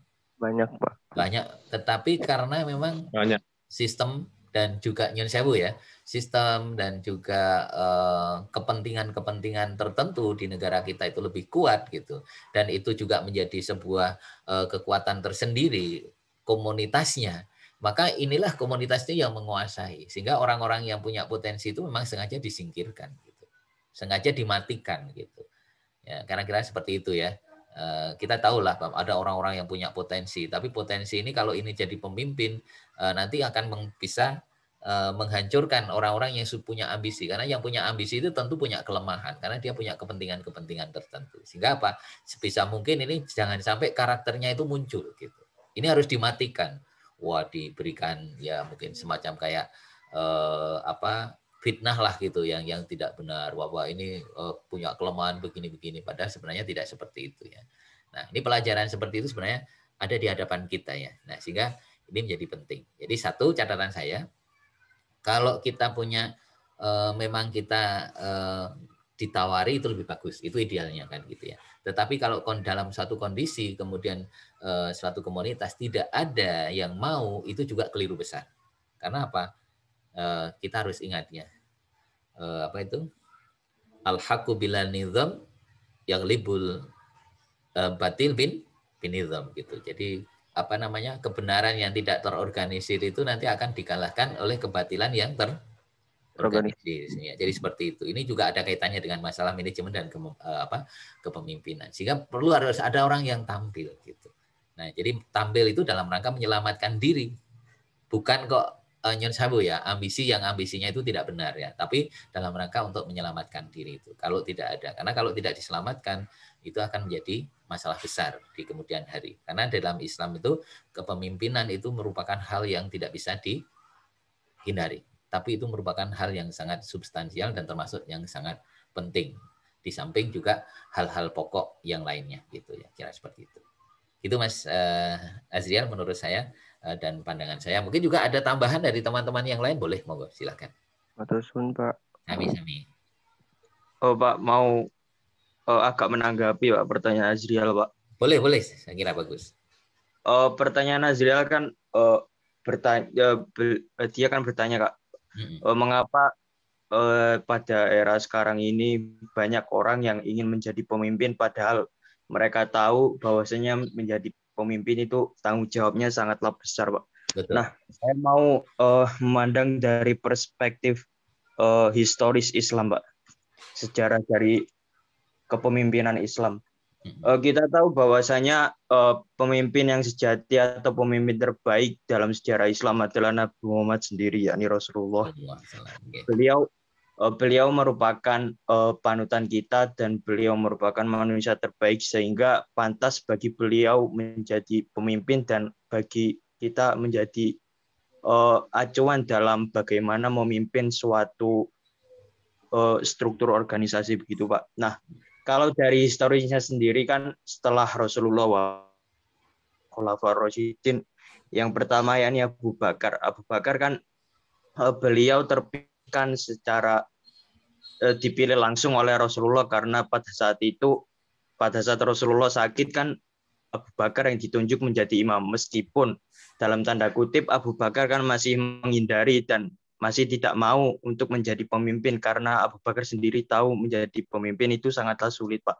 Betul. Namun karena ada kesadaran diri dari Abu Bakar bahwasanya ia adalah orang yang paling tepat karena ketika orang lain mengambil jabatan ini akanlah sangat menjadi resiko yang sangat besar ketika ditempatkan kepada orang yang salah kan, Pak. Setelah Abu Bakar wafat digantikan oleh Umar kan, Pak. Betul. Setelah Umar kan Utsman. Nah, pada saat zaman Utsman ini kan, Pak, banyak perselisihan mengenai siapa yang pantas karena pada saat Utsman itu sendiri kan boleh dikatakan kepemimpinannya itu ada yang mengatakan nepotisme karena banyak mengangkat khalifah, banyak mengangkat gubernur dari keluarganya sendiri atau pejabatnya dari keluarga sendiri. Dan orang yang menentang akan hal itu masih sedikit, namun ada, dan mereka adalah orang-orang Islam itu sendiri, Pak. Dan semakin ke bawah itu kepemimpinan Islam itu semakin dari Islam sendiri itu semakin dalam tanda kutip memburuk, meskipun memburuknya itu tidak signifikan, tapi lambat laun itu semakin memburuk begitu, Pak. Dan setelah Utsman lalu Ali bin Abi Thalib kan keempat sahabat Khulafaur Rasyidin ini kan yang hanya satu, Pak, yang matinya itu karena sakit kan, dan ketiganya itu terbunuh saat memimpin. Dan itu menggambarkan betapa tingginya tanggung jawab menjadi pemimpin sehingga ketiga sahabat yang paling dicintai Rasulullah ini mati karena terbunuh, bukan mati karena oleh hal-hal yang wajar gitu, Pak. Dan dua diantaranya itu mati karena orang Islam itu sendiri. Bahkan orang Islam itu ada yang diam-diam membunuh pemimpinnya sendiri karena ia merasa tidak cocok gitu, Pak. Dan setelah Khulafaur Rasyidin, pemimpin yang selanjutnya kan diampu oleh Bani Umayyah, Pak. Bani Umayyah kita tahu bahwasanya Bani Umayyah ini kan orang-orang pemimpinnya itu berasal dari Arab. Kaum-kaumnya itu berasal dari Arab, pemimpin-pemimpin. Dan padahal kita tahu bahwasanya Islam sudah tersebar luas, tidak hanya di Arab saja. Islam sudah tersebar ke Afrika, yakni ke Mesir, ke sebagian Asia kecil, dan bahkan ke Eropa, yakni Spanyol. Namun pada zaman Bani Umayyah ini sendiri, kepemimpinan banyak dipimpin oleh orang-orang Arab, Pak. Sehingga orang-orang Muslim yang selain dari Arab itu merasa tidak adil ketika jabatannya hanya dipimpin oleh orang-orang Arab saja. Dan itu membuat orang-orang seperti dari Turki, dari Persia itu merasa bahwasanya pemerintah pada Bani Umayyah ini zalim gitu, Pak. Lalu setelah Bani Umayyah runtuh kan timbullah Bani Abbasiyah. Bani Abbasiyah kan salah satu pendirinya itu kan dari orang-orang Turki dan orang-orang Persia atas signifikan orang-orang tersebut. Yeah. Dan orang Bani Abbasiyah ini sendiri kan sebagai bentuk perlawanan dari Bani Umayyah yang terdahulu, di mana kalau Bani Umayyah kan banyak dari orang Arab pemimpinnya, kalau Bani Abbasiyah itu kebanyakan dari orang Turki dan orang Persia, sehingga orang Arab pada saat Bani Abbasiyah ini sendiri tidak memiliki jabatan gitu, Pak. Sehingga jabatan ini setelah turun gitu dari Rasulullah, Khulafaur Rasyidin, Bani Umayyah, Bani Abbasiyah itu semakin banyak yang ingin mendapatkannya begitu, Pak. Padahal kita tahu bahwasanya Abu Bakar pada awalnya setelah Rasulullah tidak ingin dan ia enggan begitu, Pak. Namun atas kesadaran beliau sendiri, beliau mengambil jabatan tersebut. Namun ketika turun-temurun, jabatan ini seperti lomba yang harus dimenangkan oleh semua kubu dari golongan begitu, Pak. Karena ada potensi keduniawian atau uang di situ, dan itu membuat mereka saling berlomba-lomba untuk mendapatkannya. Padahal tanggung jawab yang mereka tanggung itu sangatlah besar. Dan memang semakin ke bawah, memang semakin banyak yang ingin memperebutkan tanpa menggubris apa itu pertanggungjawaban, apa itu melayani rakyat lah, atau melayani kalangan rendah atau kalangan bawah. Sehingga ini sangat wajar, namun tetap kita harus sebagai orang Muslim tetap harus bisa sadar diri akan di mana komposisi kita, di mana kapasitas kita untuk memimpin sebuah pemimpin. Apakah kita bisa adil atau tidak? Kalaupun memang tidak, seharusnya kita harus sadar diri bahwasanya kita tidak mampu, dan malah akan ketika kita mampu, malah kita bisa mendolimi orang-orang lain gitu, Pak. Secara historis begitu, Pak, semakin memburuk semakin zaman akhir gitu, Pak. Saya sepakat, Mas. Jadi kalau dilihat dari konteks sejarah gitu ya, historis, berdasarkan tarikh itu memang seperti itu. Makanya memang di dalam hadis itu kan disebutkan, jadi apa namanya, Allah itu kan tidak memandang dari suku gitu ya, tetapi lebih memandang ini ya, ketakwaannya gitu ya. Jadi itu salah satu di dalam sebuah hadis akan ada seperti itu. Kalau di ayat sudah jelas ya, di dalam surat Al-Hujurat ayat 13 tadi. Nah, dalam konteks kondisi sekarang ini, apa yang terjadi sekarang ini memang seperti itu. Di akhir zaman itu kan semakin berat tantangannya. Jadi banyak orang yang lebih kepada sebagaimana hadis Rasulullah pernah menyampaikan, akhir zaman itu kan banyak orang yang kena penyakit wahan ya. Wahan, tahu ya? Ya itu ya. Apa? Kan ditanya oleh Rasul, ditanya oleh sahabat, apa itu wahan, wahai Rasul? Yaitu hubbud dunya wa karahiyatul maut gitu ya. Jadi banyak orang yang berlomba-lomba ingin menguasai atau kebahagiaan dunia saja, tapi ya lupa tentang kepentingan, takut mati dan seterusnya. Nah, itu kalau dikaitkan dengan itu banyak ya hadis-hadisnya. Tetapi dalam konteks kepemimpinan, saya kira hal yang penting bagi kita itu adalah pelajarannya. Ketika memang kita memiliki kapasitas dan kemudian ada beberapa pihak yang kemudian mencoba mengajak kita untuk mengelola atau mengurusi urusan-urusan kepentingan umat, itu jangan sampai kita menolak. Ya, jadi itu kata kuncinya. Tapi tetap dengan catatan begini, Kalau umpamanya kita punya kelemahan, maka sebisa mungkin kelemahan kita itu harus kita tutupi dengan cara mengajak orang-orang yang kuat. Nah, salah satunya adalah orang yang ahli di bidangnya. Saya masih ingat, meskipun zaman Orde Baru itu juga banyak kritikan, tetapi saya masih melihat di dalam perjalanan sejarah bangsa Indonesia, tidak usah jauh-jauh lah, ya, gitu. Itu Pak Harto itu di dalam memilih teman-teman yang ada di kabinet itu adalah orang-orang yang terbaik di masanya.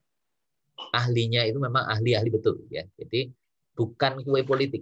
Sekali lagi bukan kue politik waktu itu, tapi lebih diutamakan pada kepentingan apa? Ya kalau toh 1-2 itu masih ada, tetapi lebih utama itu adalah orang yang ahli di bidangnya. Coba kita masih ingat zaman dulu itu orang yang ahli dalam lingkungan itu Pak Emil Salim. Dia bukan orang politik, itu luar biasa ya Pak Emil Salim. Terus kemudian Pak Habibie itu orang yang ahli dalam bidang teknologi, itu ahli beneran gitu. Sampai beliau itu kan sebenarnya mau dibeli oleh Jerman gitu ya, mau diminta jadi warga negara Jerman, tapi beliau nggak mau karena apa? Nasionalismenya masih tinggi gitu. Ya kalau di Jerman sana, wah itu sudah kekayaan Pak Habibie itu nggak ketulungan gitu ya. Karena kan setiap membuat pesawat kan lisensinya salah satunya dari teorinya Pak Habibie tentang keretakan pesawat gitu ya. Teori itu. Teori itu sampai sekarang kepake terus. Dan lisensinya itu ada hak patennya itu mendatangkan materi gitu. Tapi karena nasionalismenya juga seperti itu. Dan banyak lagi tokoh-tokoh yang lain ya, yang memang itu ahli di bidangnya. Nah, makanya untuk kondisi sekarang ini, ketika memang ada keinginan yang seperti itu, banyak sekali orang-orang yang tidak memiliki kapasitas tapi justru berkeinginan gitu, karena ada kepentingan-kepentingan itu, maka yang paling penting adalah kita mencoba membangun, menyadarkan diri kita dan juga orang-orang yang terdekat dengan kita bahwa memilih pemimpin itu enggak asal-asalan, tapi ada dasarnya.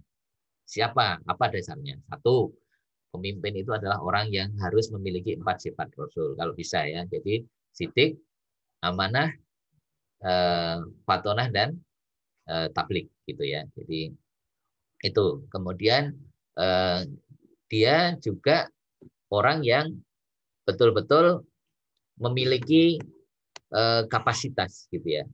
Kapasitas yang memang layak untuk bisa menjadi pemimpin. Dan orang yang dicintai dan juga mencintai.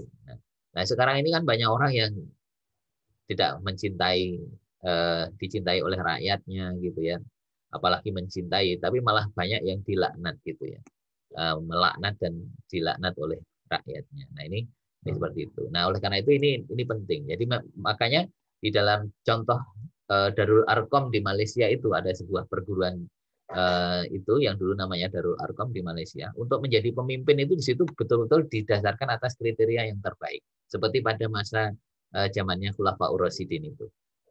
Ya, jadi orang yang dipilih jadi pemimpin itu adalah yang terbaik, gitu ya. Yang terbaik, bukan atas dasar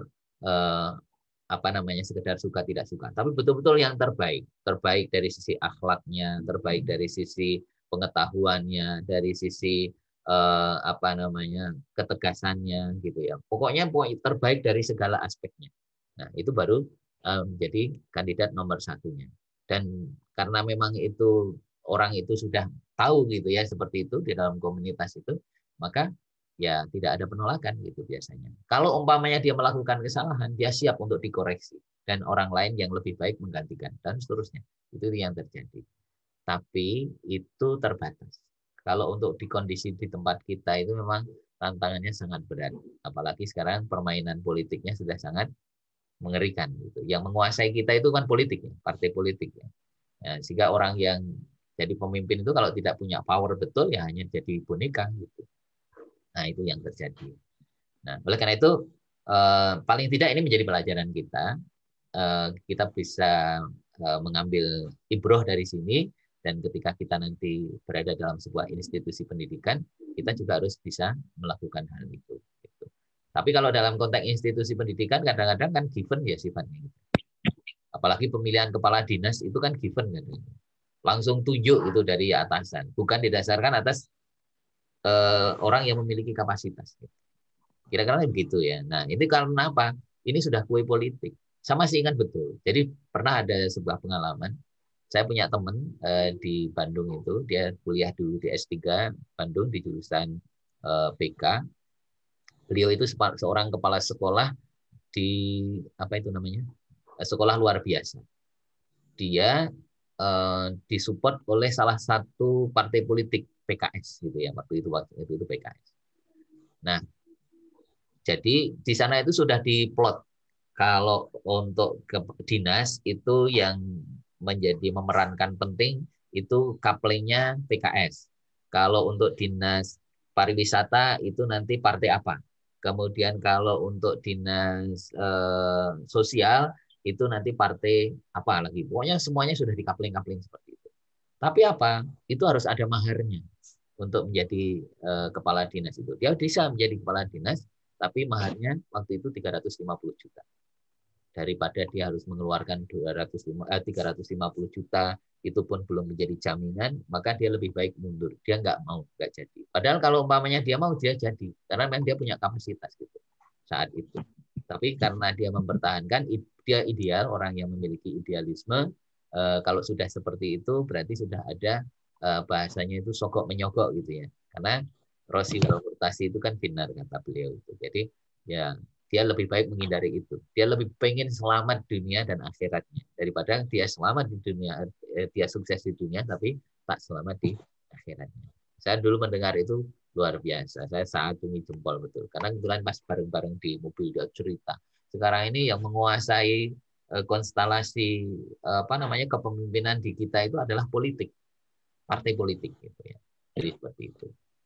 Nah, ini tantangan kita. Sehingga kalau dalam konteks besok dalam sebuah institusi pendidikan, ya kita harus betul-betul bisa berjuang dengan sebaik mungkin, seideal mungkin, sesuai dengan prinsip-prinsip yang ada di dalam prinsip kita, yaitu prinsip Islam.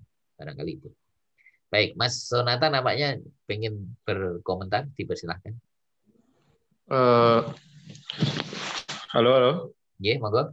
Iya, masuk. Kedengeran ya, Pak? Ya. Ini Pak, saya mau bertanya terkait Bapak tadi kan menjelaskan soal jenis-jenis pemimpin ya. Ada mungkin ada khilafah, ulil amri dan lain-lain. Saya membaca salah satu intinya kan tadi Bapak menjelaskan bahwasanya semua itu manusia ya Pak. Ulil amri, khilafah dan lain-lain. Nah, menurut Bapak, pandangan Bapak terkait artificial intelligence untuk memimpin sesuatu itu seperti apa, Pak? Karena tahun 1987 H.I. Simon itu mendefinisikan bahwasanya kecerdasan buatan itu instruksi kepada aturan. Nah, salah satu contoh dari praktiknya tahun 2015 akhir di Amerika Serikat, AI bot yang dikenal Jill Watson itu dia memimpin salah satu universitas, Georgia Tech University, di mana dia dianggap sebagai guru lewat sosial media. Sedangkan siswanya itu tidak tahu kalau selama ini mereka berinteraksi dengan kecerdasan buatan. Padahal kecerdasan buatan yang disebut Jill Watson, nama dia sebagai guru itu, menyuruh siswanya untuk mengerjakan ini, mengajak siswanya untuk berbuat hal ini, hal itu, hal ini, hal itu. Sama halnya dengan tahun 2016 akhir, politik Trump juga menggunakan artificial intelligence untuk menggiring opini, di mana itu membawa banyak sekali orang. Nah, menurut Bapak, apakah bisa dikatakan bahwasanya artificial intelligence menjadi sebuah pemimpin juga, Pak? Okay. Dikarenakan salah satu tokoh, Rich and Knight, itu berkata 25 tahun lagi, aturan dan hukum semua sudah diatur dan dibuat oleh artificial intelligence. Seperti itu, Pak. Terima kasih. Baik. Kalau saya melihat seperti ini, Mas. Jadi itu menurut perkembangan yang sekarang ada yang muncul di dunia era kekinian, itu memang kontemporer seperti itu. Tetapi saya masih tetap melihat bahwa sebenarnya yang namanya kepemimpinan itu kan memang merupakan potensi yang sudah diberikan dari Allah SWT kepada setiap manusia. Jadi itu potensi kepemimpinan itu memang sudah ada. Jadi setiap manusia itu lahir dia membawa fitrah, dan salah satu fitrahnya itu adalah potensi kepemimpinan. Nah, menurut saya itu jadi yang disampaikan itu ya tentang artificial intelligence itu tadi itu lebih sebagai tool ya, strategi untuk membuat gitu ya, membuat satu tujuan ya, tujuan itu bisa tercapai, dan dia dengan kecerdasan itu ya, dengan kecerdasan buatan itulah kemudian digunakan untuk mengembangkan potensi-potensi yang ada itu dari setiap manusia itu untuk diajak ke sana. Dan proses mempengaruhinya itu adalah memang itu merupakan bentuk dari leadership itu sendiri ya. Jadi proses mempengaruhi itu bentuk leadership. Tetapi di dalam konteks ini saya masih melihat bahwa sebenarnya kalau itu tanpa disadari dan itu hanya betul-betul kita melihat dari sisi aspek konsepnya tentang kecerdasan buatan, maka seolah-olah itu adalah kepemimpinan itu yaitu. Tetapi sebenarnya kepemimpinan itu merupakan sebuah potensi yang sudah ada di dalam diri manusia itu, yang itu bisa dikembangkan suatu waktu tertentu, suatu saat, dan itu bisa berkembang sesuai dengan situasi dan kondisinya. Kalau menurut teori teori the Great Theory itu ya, menjadi teori bawaan bahwa itu memang bisa sudah merupakan potensi yang suatu saat itu bisa dikembangkan, bisa digali gitu sedemikian rupa. Maka sebenarnya itu menurut pandangan saya itu sebenarnya adalah sebuah tool. Yang tool itu bisa dioptimalkan untuk bisa membangkitkan potensi.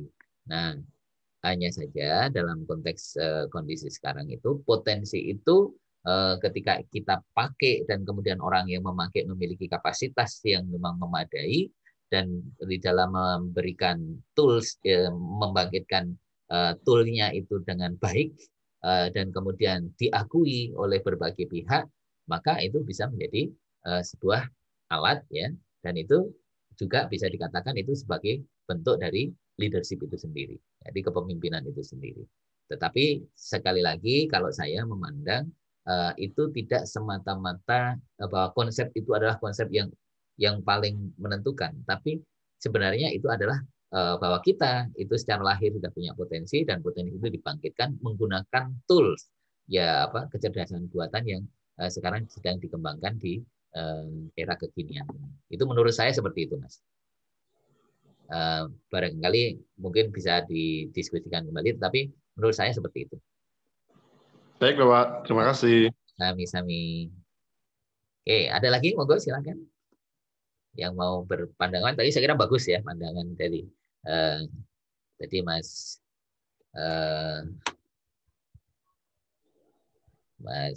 apa tadi? Lupa saya. Atta. Mas Atta, nggih. Oke. Monggo silakan kalau ada lagi yang lain. Nah, ini sedikit kalau tidak ini saya hanya menampilkan ini tentang konsep tentang ini kepemimpinan Islam ya. Jadi kepemimpinan Islam itu ini saya ambil dari salah satu buku panduan yang dikembangkan oleh DPPAI gitu, yang dia menampilkan sebuah konsep bahwa kepemimpinan Islam itu adalah kegiatan menuntun, membimbing, memandu, dan menunjukkan jalan yang diridhoi oleh Allah Subhanahu wa Ta'ala. Jadi kata kuncinya itu kalau saya adalah kata yang diridhoi, jalan yang diridhoi. Karena tadi ada juga kan kepemimpinan itu mempengaruhi orang lain dengan berbagai cara. Ya, bisa saja caranya itu benar, bisa juga caranya salah. Yang penting dia mempengaruhi orang lain atau mengajak orang lain untuk mengikuti apa yang dia inginkan. Dan apa yang diinginkan itu kan menjadi tujuan dari seorang pemimpin tadi. Nah, tetapi ini hal yang penting itu kata kuncinya adalah pada jalan yang diridhoi oleh Allah Subhanahu wa Ta'ala. Jadi seperti itu. Ini sekedar untuk memperkuat. Dan kalau dilihat dari prinsip sebenarnya ini ada beberapa prinsip ya. Salah satu prinsip yang penting di dalam kepemimpinan itu ini saya tampilkan sedikit untuk memperkuat dulu. Jadi beberapa prinsip di sini. Ini kalau prinsip itu apa sih? Ini saya percepat saja. Prinsip itu sesungguhnya merupakan azas ya, kebenaran yang menjadi pedoman ya, dasar berpikir, bertindak dan sebagainya. Jadi yang ini kata kuncinya. Nah, kalau dalam konteks ini kita definisi utamanya, jadi prinsip itu merupakan dasar, landasan yang dimiliki seseorang yang menjadi pedoman acuan dalam berpikir, bersikap dan bertindak. Oleh karena itu dalam kepemimpinan itu kita harus punya prinsip ini. Saya yakin sebuah prinsip ketika itu terinternalisasi di dalam diri kita, maka itu akan mempengaruhi cara berpikir kita, cara berpendapat kita, cara bersikap kita, dan cara berperilaku kita. Nah, orang yang memiliki prinsip yang kuat itu akan menjadikan, menurut teori, dan saya membenarkan itu, orang yang sudah memiliki prinsip yang kuat, terinternalisasi di dalam dirinya, itu akan menumbuhkan komitmen yang kuat. Nah, komitmen yang kuat itulah kemudian menjadi dia menjadikan dirinya itu menjadi self-confident, memiliki rasa percaya diri yang tinggi. Nah, orang yang memiliki rasa percaya diri yang tinggi, itu akhirnya dia akan menampakkan itu menjadi orang yang memiliki karisma. Karena kan orang yang memiliki karisma itu kan memiliki kepercayaan diri yang tinggi, yang dia memegang sebuah prinsip yang sangat kuat, yang itu sudah terinternalisasi dari dirinya, ya terinternalisasi dalam dirinya. Gitu. Jadi menurut saya seperti itu. Nah, di antara beberapa prinsip, ya jelas ya kalau kita sebagai seorang Muslim ya ini Quran dan hadis itu. Nah ini tadi sudah. Kemudian ini saya perlihatkan ini aja. Kemudian ini. Jadi kalau prinsip lain yang penting dalam konteks kita sebagai seorang Muslim, dan itu nanti kita kaitannya dengan kepemimpinan pendidikan, maka tidak mengambil orang kafir sebagai pemimpin, kemudian setiap kelompok harus mengangkat pemimpin, pemimpin harus diterima dan dicintai, pemimpin harus ahli pada bidangnya, mengutamakan dan membela setelah mendahulukan kepentingan umat. Nah ini yang sudah dicontohkan oleh Rasul, gitu ya, dicontohkan oleh Rasul. Mohon maaf nih saya cek dulu. Nah ini kemudian ini sudah dicontohkan langsung oleh Rasulullah ya, pada akhir hayat beliau, beliau menyampaikan 3 hal. Pertama, jagalah sholat, ya, tegakkan sholat. Kemudian jagalah wanita, muliakan wanita, dan yang terakhir itu beliau menyebut ummati sampai 3 kali, gitu ya. Jadi Rasulullah menyebutkan seperti itu. Artinya apa? Rasul itu adalah lebih mengedepankan kepentingan orang lain daripada dirinya sendiri. Bahkan nanti ketika sudah dibangkitkan di Yaumul Mahsyar itu, pertama kali, orang yang dibangkitkan pertama kali itu kan Rasulullah. Dan kemudian yang keluar dari pernyataan beliau gitu, itu beliau langsung menanyakan, mana umatku, mana umatku. Demikian kepada malaikat Jibril, kan seperti itu. Itu dalam sebuah riwayat seperti itu. Nah, kemudian yang berikutnya, intinya tidak otoriter, arogan, sewenang-wenang, serta fanatik terhadap golongan. Jadi harus bisa mewadahi semua golongan yang ada gitu. Kemudian harus sehat dan kuat, dan yang terakhir adalah memiliki 4 sifat Rasul: sidik, amanah, fatonah, dan tabligh. Nah ini. Kemudian yang lain, prinsip yang agar bisa menjadi pemimpin yang efektif, ini menurut Stephen Covey, itu ada terus belajar, berorientasi pada pelayanan, memancarkan energi positif, mempercayai orang lain, hidup seimbang, kemudian melihat hidup sebagai petualangan. Ini Stephen Covey ya. Kalau dalam konteks ini yang ke-6 saya nggak terlalu setuju. Kalau hanya hidup ini sebagai petualangan, saya lebih melihat hidup ini adalah sebagai wahana untuk ibadahnya kepada Allah Subhanahu Wa Taala. Wa ma khalaqtul jinna wal insa illa liya'budu. Kemudian kul inna sholati wa nusuki wa mahyaya wa mamati lillahi rabbil alamin. Nah, saya kira seperti itu. Kemudian sinergik, dan yang terakhir adalah berlatih terus untuk memperbaiki diri. Jadi ada upaya untuk selalu memperbaiki diri. Kemudian ini pemimpin yang efektif itu tadi sudah disebutkan ya, pemimpin sejati itu adalah yang selalu mencintai dan memberi perhatian pada orang lain sehingga dia dicintai. Memiliki integritas yang kuat, dipercaya oleh pengikutnya, selalu mengajari dan membimbing pengikutnya, memiliki pribadian yang kuat dan konsisten, dan yang terpenting di dalam memimpin itu adalah dia menggunakan atau berlandaskan suara hati yang fitrah atau God spot gitu kalau menurut Ari Ginanjar gitu. Hati nurani gitu ya, hati nurani. Hati nurani kan selalu dibimbing oleh ruh ya, yang selalu menunjuki kepada kebaikan-kebaikan.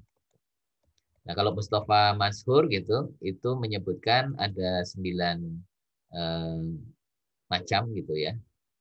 Pertama, seorang pemimpin itu akan bisa menjalankan suara pemimpin dengan efektif ya, dengan suara hati yang baik, maka ikhlas karena Allah, memiliki kepekaan terhadap pengawasan Allah, kemudian selalu memohon pertolongan kepada Allah dalam setiap keadaan dan aktivitasnya. Memiliki tanggung jawab selalu menjaga diri dan amanah, memberikan porsi besar untuk pendidikan anggota dan menyiapkan generasi, menjalin kasih sayang kepada seluruh anggota, kemudian mampu merencanakan program dengan tepat, strategi dan sumber dananya, serta mampu memanagenya. Mampu membangun iklim saling percaya dan positive thinking, dan bersungguh-sungguh menyalakan cita-cita, mengukuhkan tekad, dan membangkitkan harapan ke anggota atau jamaah.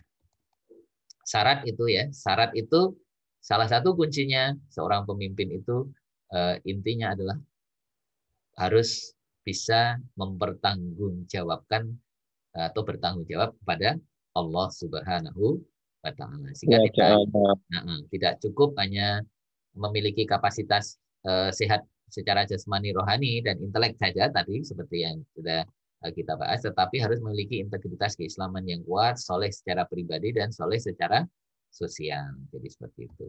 Nah, ini syaratnya. Ini kalau menurut beberapa tokoh gitu, ya menurut Al-Ghazali itu adalah syarat seorang pemimpin itu harus merdeka, laki-laki ya, kemudian mujtahid, berwawasan luas atau mu'alim, kemudian adil, dewasa, bukan perempuan, orang yang buta, anak-anak atau orang fasik, dan orang yang jahil dan pembiul gitu. Kalau Al-Maududi menyebutkan harus beragama Islam, laki-laki, dewasa, sehat jasmani rohani, warga negara yang baik, soleh, dan kuat komitmennya terhadap Islam. Inilah beberapa syarat gitu ya. Jadi kalau di ringkas ini ada 3 kalau saya ya. Jadi pertama adalah seorang pemimpin itu ya dia adalah seorang mujtahid. Karena seorang pemimpin nanti kan harus mengambil keputusan, ya membuat keputusan, kebijakan gitu. Maka dia harus memiliki wawasan yang cukup kuat sehingga dia betul-betul dia adalah seorang pejuang, yang memperjuangkan kepentingan dari orang-orang yang akan dilayaninya. Kemudian dia adalah seorang yang mu'alim ya, memiliki pengetahuan yang memadai, cerdas, kemudian peduli dan seterusnya. Dan yang tidak kalah penting, seorang pemimpin itu disyaratkan paling tidak kriterianya adalah ahlul ibadah. Jadi orang yang ahli ibadah.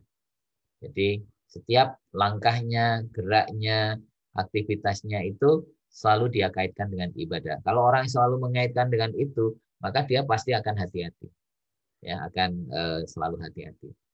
Karena kalau ibadah itu kan yang bernilai ibadah di hadapan Allah itu kan nggak sembarangan gitu kan. Kira-kira seperti itu. Nah, itulah saudara-saudara yang dirahmati Allah Subhanahu wa taala, beberapa hal yang terkait dengan materi kita pada hari ini. Oke. Masih ada kalau yang mau menanggapi atau mungkin menyampaikan gagasan pendapatnya, dipersilahkan. Insya Allah nih yang hadir ini tadi sudah hampir semuanya ya. Jadi meskipun ada yang naik keluar masuk ya karena masalah sinyal nggak apa-apa. Yang penting sudah bisa saya rekam ya, kira-kira seperti itu. Monggo kalau ada yang bertanya silahkan. Yang sebelum saya akhiri. Atau sudah cukup? Sudah cukup, Pak. Tanya Pak. Cukup, sedikit, ya. Pak. Oh ya. Monggo. Kalau untuk kriteria pemimpin tadi, melihat realitas sekarang itu bagaimana Pak? Yang contoh ya yang kapasitasnya tidak sesuai dengan kriteria pemimpin Muslim. Terus juga yang lebih spesifik lagi kan bukan wanita, sedangkan sekarang sudah sudah tidak sedikit pemimpin itu ya wanita begitu Pak. Bagaimana kita sebagai seorang muslim itu bagaimana? Oke. Kita melihat bahwa ini kan tadi yang saya sampaikan adalah sebuah prinsip. Prinsip itu kan menjadi landasannya. Jadi prinsip ini kita pakai sesuai dengan konteksnya terlebih dahulu. Kita jadikan panduan dulu. Nah, jadi ketika dalam konteks sekarang ini kita mau memilih pemimpin, maka ya prinsip itu kita jadikan acuan pertamanya. Kalau kita bisa mendapatkan itu, ya kita harus berusaha dengan itu. Kalau memang kita tidak, karena itu sebuah prinsip, maka ya kita bisa menggunakan kaidah yang lain, memilih yang terbaik di antara yang paling buruk umpamanya. Itu kan kaidah ya, salah satu kaidah yang bisa kita pakai gitu ya di dalam sebuah kehidupan kita gitu, dalam prakteknya. Kemudian yang kedua, yang terkait dengan pemimpin itu kalau beberapa tokoh ya, Al-Ghazali, Al-Maududi tadi mensyaratkan ya al-dzukur ya, jadi laki-laki gitu ya. Tapi kalau umpamanya kondisinya sekarang ini memang kok ini adanya perempuan gitu ya. Kalau kita melihat, kalau saya punya prinsip begini, selama itu masih ada laki-laki dan laki-laki itu memiliki kapasitas, saya dahulukan laki-laki. Kecuali sudah nggak ada yang memang punya kapasitas, yang adanya itu adalah perempuan, ya boleh saja. Karena memang di dalam surat Ali Imran itu disebutkan ya, surat An-Nisa ya, surat An-Nisa ayat 34 itu kan ar-rijalu qawwamuna 'alan nisa, itu kan memang ayat itu kan menurut saya itu bukan hanya berlaku dalam konteks rumah tangga, tapi itu berlaku umumnya. Artinya pemimpin itu ya laki-laki itu memimpin di manapun juga gitu ya. Sehingga kalau selama ini saya kalau umpamanya tidak ada konteks pemilihan kemudian adanya laki-laki dan perempuan, saya tidak pernah memilih yang perempuan. Tetap kalau dalam konteks yang negara, apalagi negara, itu tetap saya memilihnya laki-laki. Jadi kalau itu ada yang perempuan, pasti saya masih tetap milih yang laki-laki. Jadi intinya seperti itu. Itu karena prinsip ya, karena prinsip tadi. Nah, prinsip itu menjadi landasan, dan ketika memang tidak ada konteksnya yang konteks itu laki-laki nggak ada, barulah itu yang hukumnya kita pakai dengan hukum yang dalam kaidah fikih itu adalah al-daruriyah gitu ya. Jadi ya mungkin adanya perempuan ya perempuan gitu. Tapi kalau masih ada laki-laki ya laki-laki yang kita dahulukan. Barangkali begitu Mas Ridwan. Terus benar. Oke. Baik. Nampaknya nih waktu sudah cukup panjang ya, karena kita pakai Zoom. Tapi tidak usah khawatir, insya Allah nanti tetap saya rekam, saya linkkan ke YouTube. Nanti bisa kalau linkkan YouTube mudah-mudahan nanti nggak terlalu besar ya jadinya. Insya Allah segera nanti kita bisa dapatkan materi ini dengan sebaik-baiknya. Untuk itu mari kita akhiri perkuliahan kita pada kesempatan hari ini dengan bersama-sama melafadzkan tahmid dan doa penutup majelis. Alhamdulillahirrahmanirrahim. Subhanakallahumma wa bihamdika. Terima kasih. Ada kekurangannya saya mohon dimaafkan. Mari kita akhiri. Assalamualaikum warahmatullahi wabarakatuh. Waalaikumsalam warahmatullahi wabarakatuh. Waalaikumsalam warahmatullahi wabarakatuh. Sami-sami.